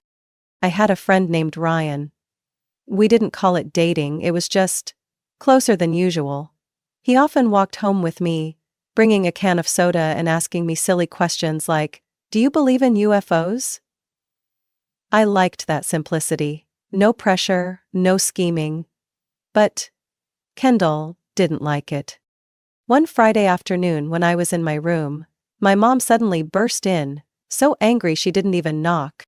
"Are you flirting with someone else's boy?" I blinked. "What? What are you talking about?" Kendall told me everything. Ryan secretly met her after school. She said the boy was flirting with her behind your back, but she turned him down because she cares about you. I almost laughed at the absurdity. Ryan didn't even know what grade Kendall was in, but my mom didn't bother to check. She only knew one thing. Kendall never lied. After that, Ryan avoided me. I texted, I called, but no response. A week later, I saw Ryan at the basketball court. He looked at me, his eyes cold, then turned away. I knew. I lost another person. Not long after, I decided to try dating someone else, Jacob. We met through a Spanish class. Jacob was kind, had a sweet smile, and liked reading just like me. But Kendall kept playing the same game. This time she took the initiative to wear a tight dress, the kind mom called for grown-up parties, and walked into the living room where Jacob was waiting for me. I went downstairs and saw her sitting close to Jacob, giggling as if she were his girlfriend, not me. I stood there, my heart pounding. "Kendall, I'm ready." She turned to me, her lips curling into a challenging smile. "Oh, I was just asking, Jacob, if you were really as smart as you say. You know, not everyone is honest about their grades." I said nothing. I just grabbed Jacob's hand and pulled him out the door. But deep down, I knew. Once again, Kendall had planted a seed of doubt. Not long after, Jacob also drifted away from me. No farewell. I didn't ask. because I had grown used to being left behind. With no reason, no explanation. I got a GPA of 3.9 in my senior year of high school. I was the only one in my class to win a partial scholarship to the University of Arizona. The principal announced my name over the school loudspeaker and my friends clapped loudly. I remember that feeling, not pride but a lump in my throat. Because I knew when I got home, the only thing I'd receive was silence. And sure enough, Mom was cooking and Dad was watching TV. I walked in, handed the acceptance letter to Mom. She just glanced at it. Good. But we don't have any money left, honey. Everything has been spent on Kendall. I froze. But I have a scholarship. But I still need money for books, housing. Dad interrupted. You can get a part-time job, take care of yourself. You're old enough. And Kendall? I asked, though I already knew the answer. Kendall is studying a tough major, she needs to focus. Your sister has potential. You, on the other hand, should be more realistic. I smiled. A smile so painful it paralyzed my face. So, what if I stay at home? You'll have to pay for electricity, water, and the room rental. No anger, no tears, no pleading. I just nodded, folded the acceptance letter, and went upstairs. That night, I couldn't sleep. I opened my laptop, quietly searched for other full scholarships, applied for a part-time job, and started making plans to leave this place I called home as soon as possible. I may not have been chosen as the golden child, but I have something Kendall will never have: the will to survive in the dark. I once read somewhere that when there's no way out, that's when a person truly rises. For me, that moment wasn't a fall, but a series of days being pushed back little by little, until my back was pressed against the wall, and there was no one left to pull me up. I began each new day with a cup of cold coffee and Kendall's disdainful gaze, now 20 years old, having dropped out of college after the third semester due to mental pressure, according to my mom. She still slept until noon, played games until late at night, occasionally posted a few pictures with the caption, "Healing Vibes," while I woke up at 5 a.m., studied until midnight, and tirelessly applied to every scholarship I could find online. I couldn't afford to buy a new SAT prep book, so I went to the library every week, took pictures of each page with my old phone, and studied through that tiny screen every night. I asked to work as a barista at a coffee shop 2 miles away, walking both ways no matter if it was snowing or raining. And Kendall? She got a used car for her 18th birthday from my parents with the message, "You are the only pride of the family." It's okay. I didn't need a car, I needed a ticket to get out of this suffocating cocoon. Then, after almost a year of living like a machine, study, work, I received an email. "Congratulations, you have won a full scholarship for a psychology major at the University of Wisconsin-Madison." I didn't cry. I just quietly stared at the screen, feeling like every cell in my body was finally breathing, for the first time after years of being suffocated. I didn't tell my parents immediately. I knew that if I told them privately, they would ignore it as if they never heard. So, I decided to post it publicly. The photo was of me sitting in front of the computer, holding the acceptance letter, with the caption, "A new chapter officially begins. Full scholarship, tuition, housing, books, all thanks to my own efforts. Thank you, family, for teaching me to be strong in silence." I knew the last sentence would make them uncomfortable, but I didn't care anymore. Less than an hour later, Aunt April, my mom's sister, commented under the post, "So proud of you, Catherine. You deserve this more than anyone." The comment got over 100 likes. I noticed my mom was unusually quiet the entire evening. But I knew they had seen it. And they knew they couldn't stop me without revealing their true faces. The next evening, my dad came into my room, holding a piece of paper. "Your mom and I need to talk." I walked into the living room and saw Kendall sitting on the sofa, legs crossed, tapping on her phone, as if nothing was worth worrying about. My mom began in a syrupy but calculated tone. "Catherine, We're very happy for your scholarship. But you know Kendall is going through a tough time, having therapy and not able to work. I clenched my teeth, knowing exactly where this conversation was headed. So, she continued, if you want to stay at home before you leave for college, you'll need to contribute to the living expenses. I looked at her, saying nothing. How much? I asked. My dad interlocked his fingers, his voice flat. Make $350 a month, including food, utilities, and internet. I laughed, a short, dry laugh choked in my throat. Kendall's here, not paying a dime, 3 meals, a free car, sleeps all day, and I have to pay to live in the house I grew up in?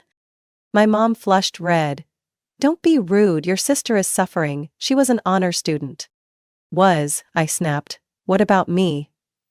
I'm the one who wasn't invited to celebrate, even though I have a 3.9 GPA. I'm the one who wasn't allowed to take yearbook photos because you said Kendall was stressed and didn't want to see me bragging. Kendall looked up, squinting.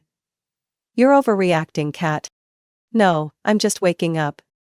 I pulled out my wallet and placed $350 on the table, all the money I had saved from my job at the coffee shop. Here. The last month's rent.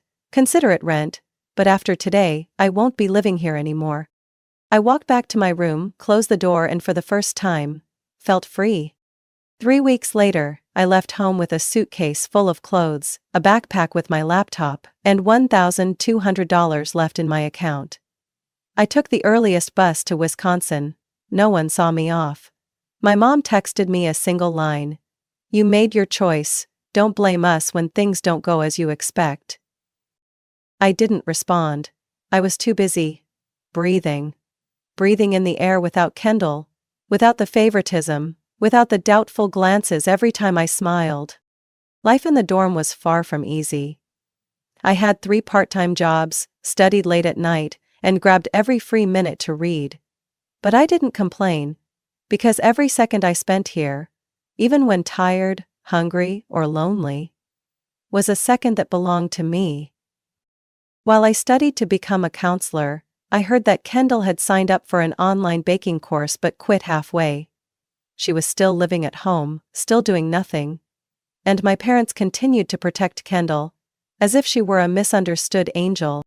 One day, while scrolling through Facebook, I saw my mom post a picture of Kendall smiling next to a birthday cake. The caption read, "My beloved daughter who inspires the whole family."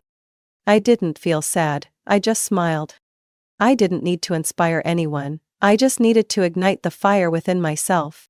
I once thought that if I ever got married, the only thing that would make me cry would be the moment I said, I do. Not because I was betrayed again. But then I was wrong. And this time, it wasn't me who would fall. It was someone else.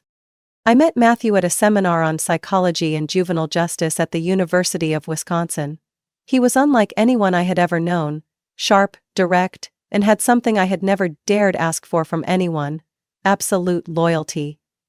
We loved each other quietly, without red roses or cliché love songs, but in every small action, I knew I was chosen, trusted, and most of all, protected.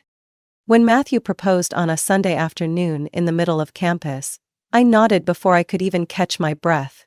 Not because I was rushing into marriage, but because I wanted to prove to myself that I deserved to be loved, respected, and to have a real family. The wedding plans began. At first, we planned to keep it simple, just close family and friends, then spend the entire budget on a post-wedding trip to Europe. But when my mom heard I was getting married, she immediately called. If you're planning to have it at home, the family needs to be involved. After all, you're my daughter. I hadn't even replied when she continued. Your parents are willing to financially support you, as long as... She paused for a moment. Your sister walks down the aisle before you, in the wedding dress. I almost dropped my phone. What did you say? Kendall has sacrificed so much, she's the older sister, and we can't let you get married before her without giving her a moment for herself. Whatever you get, you have to share. I didn't respond. I hung up the phone. And almost threw up right then and there. I told Matthew. He stayed silent for 10 seconds, something rare for a man who usually reacts quickly. Then let out a dry laugh. Perfect. Now we have the main course for our counterattack plan. You just need to agree. I'll take care of the rest. I widened my eyes. What are you planning to do? Matthew pulled out a small recording device from his desk drawer. He had prepared this in advance. I smelled this coming a long time ago. I knew sooner or later they'd show their true colors. And I didn't want you to have to stay silent and endure it again. I hesitated. But Matthew held my hand and gently squeezed. Trust me, this time they'll have to pay. From that moment, Matthew began playing the role of the perfect son-in-law. He went to my parents' house alone, empty-handed but with a smile that never faltered. They welcomed him reluctantly at first, but when they heard that he agreed to let Kendall wear the wedding dress and walk down the aisle before me, my mom's eyes lit up like holiday lights. You understand, right? My mom whispered, with a trembling voice full of excitement. Kendall needs this. She's never had anyone. We can't let her suffer when her younger sister gets married first. Matthew nodded seriously. I understand. I don't want Catherine's family to fall apart over something so trivial. But it's best not to tell her. She's very sensitive. They believed him completely. For the next 3 months, Matthew pretended to discuss every detail with my parents, and all I had to do was one thing: stay silent. Of course, we still secretly chose the venue, hired our own team, and hired additional security, whose only job was to not let Kendall enter the ceremony, no matter what. And as if to complete the play, Matthew told me a detail that sent chills down my spine. Kendall suggested, tearing your wedding dress. I laughed, but it was the laugh of someone about to pull the trigger after a perfect ambush. The wedding day arrived. Everyone was invited to the actual venue, a small, charming chapel in the suburbs of Madison. My parents were given a different time slot, and were told to bring Kendall later. Right at the moment when the bride would walk out. We positioned security at the gate. When Kendall, just as expected, appeared, in a pristine white wedding dress, with my mom holding the train as if she were a queen, the security guard immediately raised his hand to stop her. Sorry. You're in the wrong place. The bride has already entered. My mom's eyes widened. What? I'm the bride's mother. My daughter's name is Kendall. No, ma'am, Catherine is the bride, and Kendall's name is not on the guest list. Inside, I stood waiting behind the chapel doors. My best friend from college pretended to run out to the bathroom, then circled around the front to create a distraction, preventing my dad from entering and changing the plan. Music played. The doors opened. I walked out, alone. No dad, no mom, no Kendall.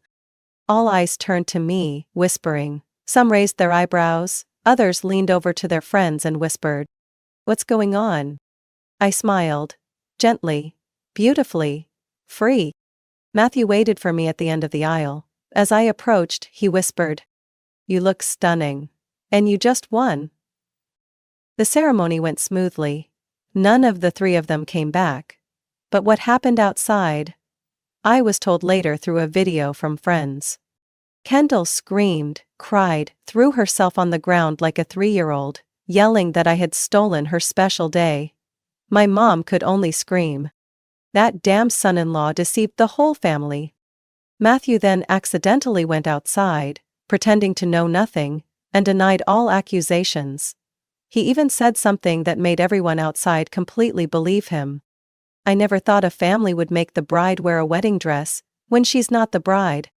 And just like that, in one afternoon, Kendall, the golden child, was exposed to the relatives, while my parents became the laughingstock of everyone. We returned to the wedding, celebrating as if no one had tried to ruin it. I stood in the middle of the reception, a glass of wine in hand, looking around at the faces of people who truly loved me. And for the first time in my life, I was no longer the shadow of Kendall. The satisfaction didn't come from applause or compliments after the wedding. It came from the moment I saw Kendall standing outside the gate, in a pristine white wedding dress, her face twisted in anger, while the security guard coldly shook his head, not letting her in. That was the moment I knew I had won. Not because of revenge, but because I had taken my life back with my own hands.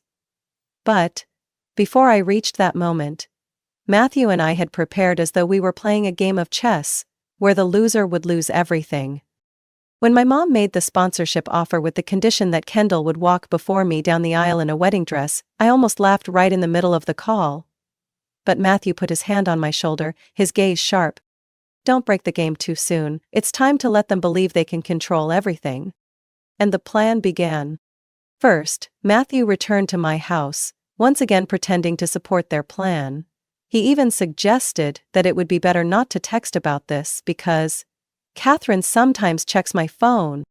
The way they believed him without a second thought made me realize my parents had never understood who I really was. Matthew hid a small recording device in his jacket, recording the entire conversation that day, from the detail about Kendall wearing a wedding dress and walking before me down the aisle, to their suggestion to have a separate photo session for Kendall, a special cake for Kendall, and even letting my sister make a speech at the wedding as the honorary bride. It will be a special moment, my mom whispered. Kendall won't get married soon, so at least we should let her live the dream, even just once. When Matthew told me everything, I almost went numb. They plan to take your wedding day and turn it into a show for her. Matthew smiled and pulled the USB recording out of his jacket pocket. Then we'll show them what it feels like to be reenacted. Next came the phase of reverse manipulation. Matthew took Kendall to try out the most luxurious wedding services in Madison. 5-star restaurants, imported flowers, a photographer who had worked for famous wedding magazines. He lamented that, because we didn't want to burden our parents, we planned to choose the cheapest package. That was enough. Kendall, with her selfish nature, would automatically demand that my parents pay for the more expensive services because the eldest daughter deserves the best. And, as predicted, they agreed immediately, without a hint of doubt. I quietly coordinated everything behind the scenes. Every time Kendall tried on a dress, I went to try another at a different shop. Discreetly, simply, but truly my style. Every time they discussed the main color scheme, I quietly chose my own color, not following any of their suggestions. We also hired 2 separate teams, a fake team to report progress to my parents and the real team to prepare for the actual wedding. But the most important and also the most labor-intensive task was preparing the security. Matthew found a man named Cole, over 6'3", built like a rugby player who had worked in event security. We gave him a list of people to block, with Kendall's name printed in bold. Your task is, do not let Kendall into the wedding, no matter what, Matthew stated clearly. But stay calm, don't cause a scene. Just tell her she's at the wrong place. Cole nodded, not asking anything further. He only asked one question before leaving the meeting room. Will I get a tip if I do well? Double if she cries, I answered, half joking, half serious. The wedding day. We made sure everything was meticulously arranged from the invitations to the timing, but sent my parents and Kendall a different time. The plan was, when I entered the aisle, they would arrive, and by then, it would be too late. I stood in the preparation room, a simple but elegant white dress fitting my petite frame. No glitter. No lace like Kendall's choice. Just me. In my best version. Are you ready? Matthew whispered from behind. I nodded, my heart was pounding like a drum. The plan could collapse at any moment, I muttered. If they find a way in. I've locked all the side gates, changed the QR code for the guests, no one without a name will get in. He said firmly, trust me. I took a deep breath. And then, the music began. At the same time, at the entrance to the chapel, Kendall was yelling at Cole. I'm the bride, this is the wedding dress I chose, don't you know who I am? Cole looked at her with a cold gaze. Sorry, you're in the wrong wedding. There is only one bride here, and your name is not on the list. My dad slammed his hand on the reception desk. I'm the father of the bride, I'll sue you all. Then please call your lawyer, Cole replied, pulling out a walkie-talkie, his voice calm as if this happened every day. My mom was almost screaming, demanding to see Catherine immediately. But by then, I had already walked into the chapel, hand in hand with the man who truly loved me. The door closed behind me. Outside, Kendall's screams echoed like a late alarm in a game of chess where she had been checkmated a long time ago. The wedding went on in a warm and genuine atmosphere. No one mentioned the absence of a part of the family. No one needed to know, because it was all recorded, and it would all be released later. When Kendall and my parents started frantically screaming online that they had been betrayed, Matthew held up a glass of wine and clinked it with mine. This is to justice, and an ending, that's not the final one. I smiled. And the beginning of the story I'll tell. When people ask, how do you bring down a castle built on favoritism? The wedding music played, the piano notes cutting through the fog of the past. I walked down the aisle. With no father leading me, no mother holding a tissue crying with emotion, and no Kendall barging into my life. At least not in this moment. I walked alone. Every step firm, every footstep like the sound of knocking on the gate of freedom I had waited 23 years to open. Matthew waited at the end of the aisle, standing straight, his eyes never leaving me. Behind him were my friends, my new family, the ones who truly chose to stand by me because I am me, not because I am Kendall's sister. Everyone stood up, turned to look at me, smiling. But in that moment, there was one thing no one in the room knew. Outside, the mask of my family was crumbling. At the wedding gate, Kendall appeared exactly as predicted. Wearing a lavish white wedding dress, her hair styled in waves, makeup done, as if she were preparing for the leading role in the darkest Hollywood comedy. She strutted confidently, my mom lifting the train behind her, while my dad led the way as a father preparing to give away his daughter. But before they could enter the main hall, Cole, my security, raised his hand to stop them. Sorry, you're not on the bride's list. Are you joking with me? Kendall glared. I'm the bride's sister, and today, I'm going first into the aisle. This was the deal with her husband. Cole didn't budge. Catherine has already gone inside, the ceremony is happening. Kendall's face turned bright red. She's not allowed. We have a deal. I'm supposed to go first, in the wedding dress, with my own photos, my own cake. I'm sorry, but there's only one bride here, and I'm just following the list. My mom chimed in, her voice high like a fire alarm. Matthew, he promised Kendall would go first. He said it. Now you dare to break your promise? We paid for half of this wedding. Do you have a contract? Cole asked calmly. My dad gritted his teeth, growling each word. He said not to text, everything was discussed verbally. But we have witnesses. Well, please have the witnesses contact the bride. Cole replied coldly. I can't let anyone in to cause a disturbance while the ceremony is happening. Kendall began screaming, stomping her feet, shouting like a madwoman. The wedding dress dragged on the ground, her hair a mess from the wind, her eyes wide as though someone had just stolen her throne. Traitors! I knew it, she's a snake. Matthew's a jerk. I'll sue all of you. Some guests heard the noise and curiously walked out. Some filmed with their phones. Others stood in silence, watching the second bride lying on the ground in front of the chapel doors. Her dress soiled at the hem. Tears and mascara streaming down her face like a flood. And my parents? They stood there, frozen, under the disgusted gazes of those around them. What are they doing? One of my aunts whispered. They're letting Kendall steal Catherine's wedding, someone else replied.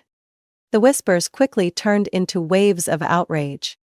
How could they do this to their own daughter? Or Catherine? This is insane. Who lets the bride's sister wear a wedding dress and go first in someone else's wedding? My dad tried to fight back, yelling, Matthew lied to us. He promised. He promised. And as if fate had set a shameful table for them, Matthew walked out from the chapel, his face perfectly surprised, like the lead actor in a big play. What's going on? He asked, his voice calm. You promised, my mom screamed. You said Kendall would go first. In a wedding dress, you agreed? Matthew frowned, looking astonished. Me? I agreed to that. Yes, you even said not to text because Catherine checks your phone. Matthew sighed, holding his hands out. So, where's the proof? Silence. I was standing inside, clearly hearing everything through the internal earpiece from the filming team. I couldn't see it, but I heard it with my whole soul. Out there, the man I loved exposed my family with the coldest calmness I'd ever known. It's very convenient that there are no texts, and no one but you knows about this arrangement. Matthew said, his voice even.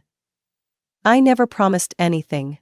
In fact, I think having the bride's sister wear a wedding dress and go before the younger sister on the wedding day is terrible. You, my dad stammered. I don't know who orchestrated this plan, but if I were an outsider and saw a girl lying on the ground in a wedding dress at her sister's wedding, I'd think she needs to see a psychiatrist, not a photographer.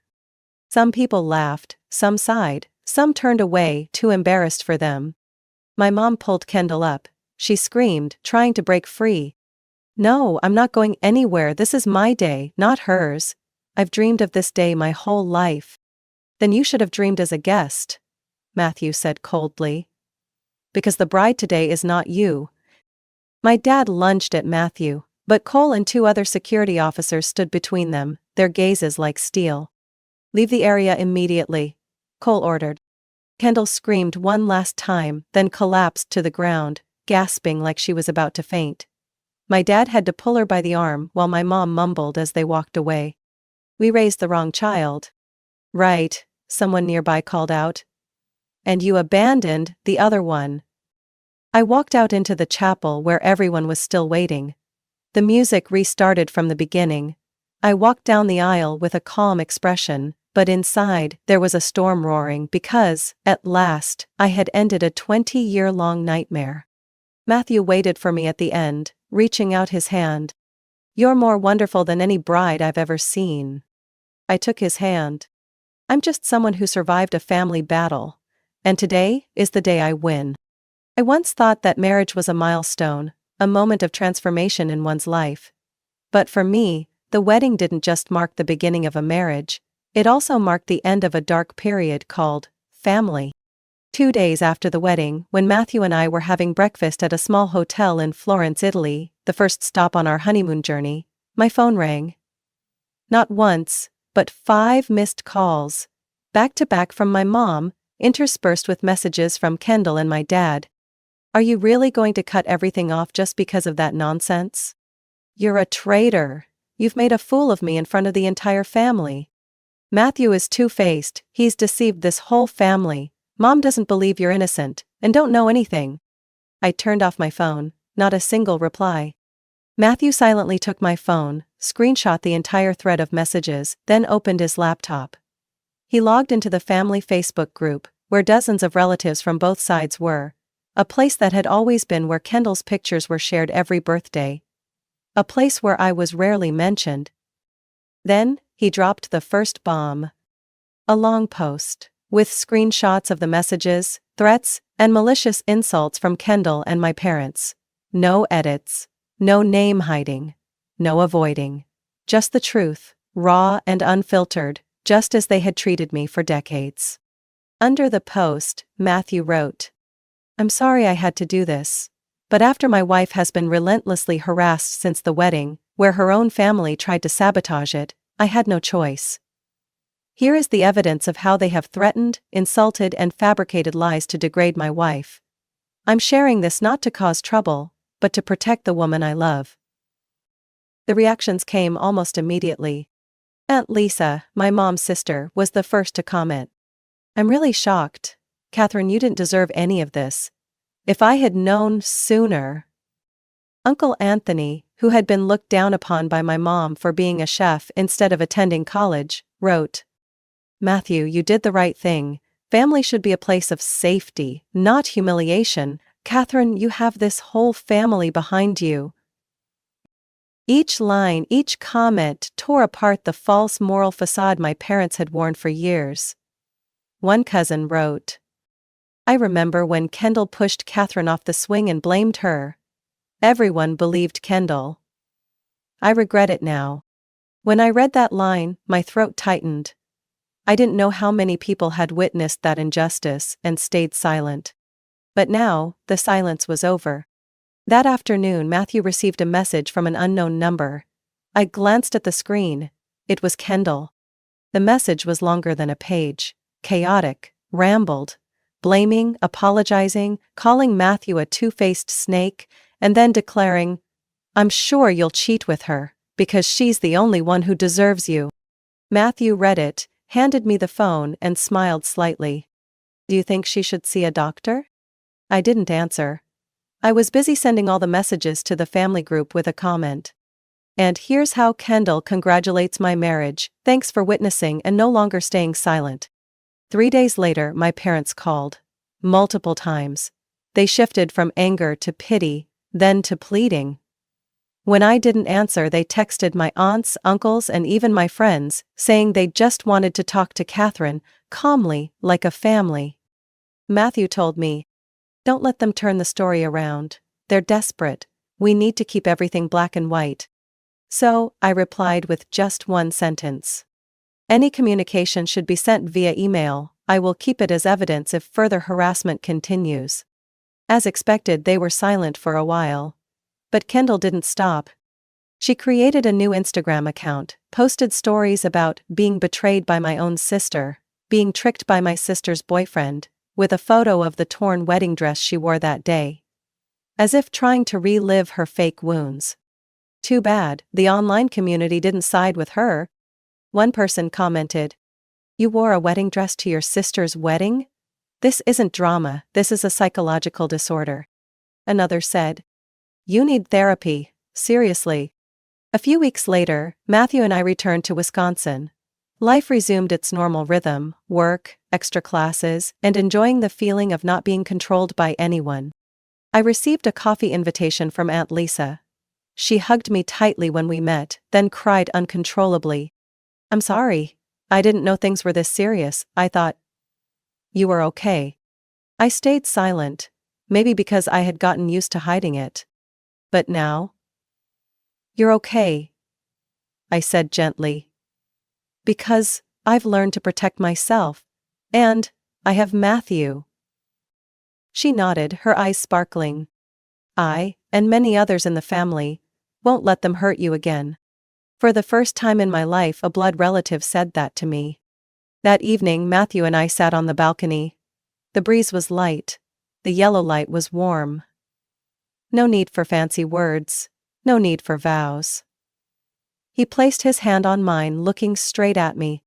"You know, I didn't marry you just because I love you. I married you because you're the strongest woman I've ever met." I smiled. "I don't feel strong. I just know, if I hadn't stood up that time, I'd be crushed under their feet, forever." He nodded. "And this time you walked straight, no looking down, no begging. You are the only bride I see, Catherine." I rested my head on his shoulder, my eyes gently closing. In that moment, I was no longer the forgotten second child. No longer Kendall's shadow. I am Catherine. I am a wife. I am the chosen one. I am the one who finally broke free and lived a life that truly belongs to me. From a girl once overlooked, exploited, and trampled on by her own family, Catherine rose with resilience and self-respect. Her story proves that no one is born to be someone else's shadow. When you dare to say no, stand up for your self-worth, and seek those who truly appreciate you, you don't just get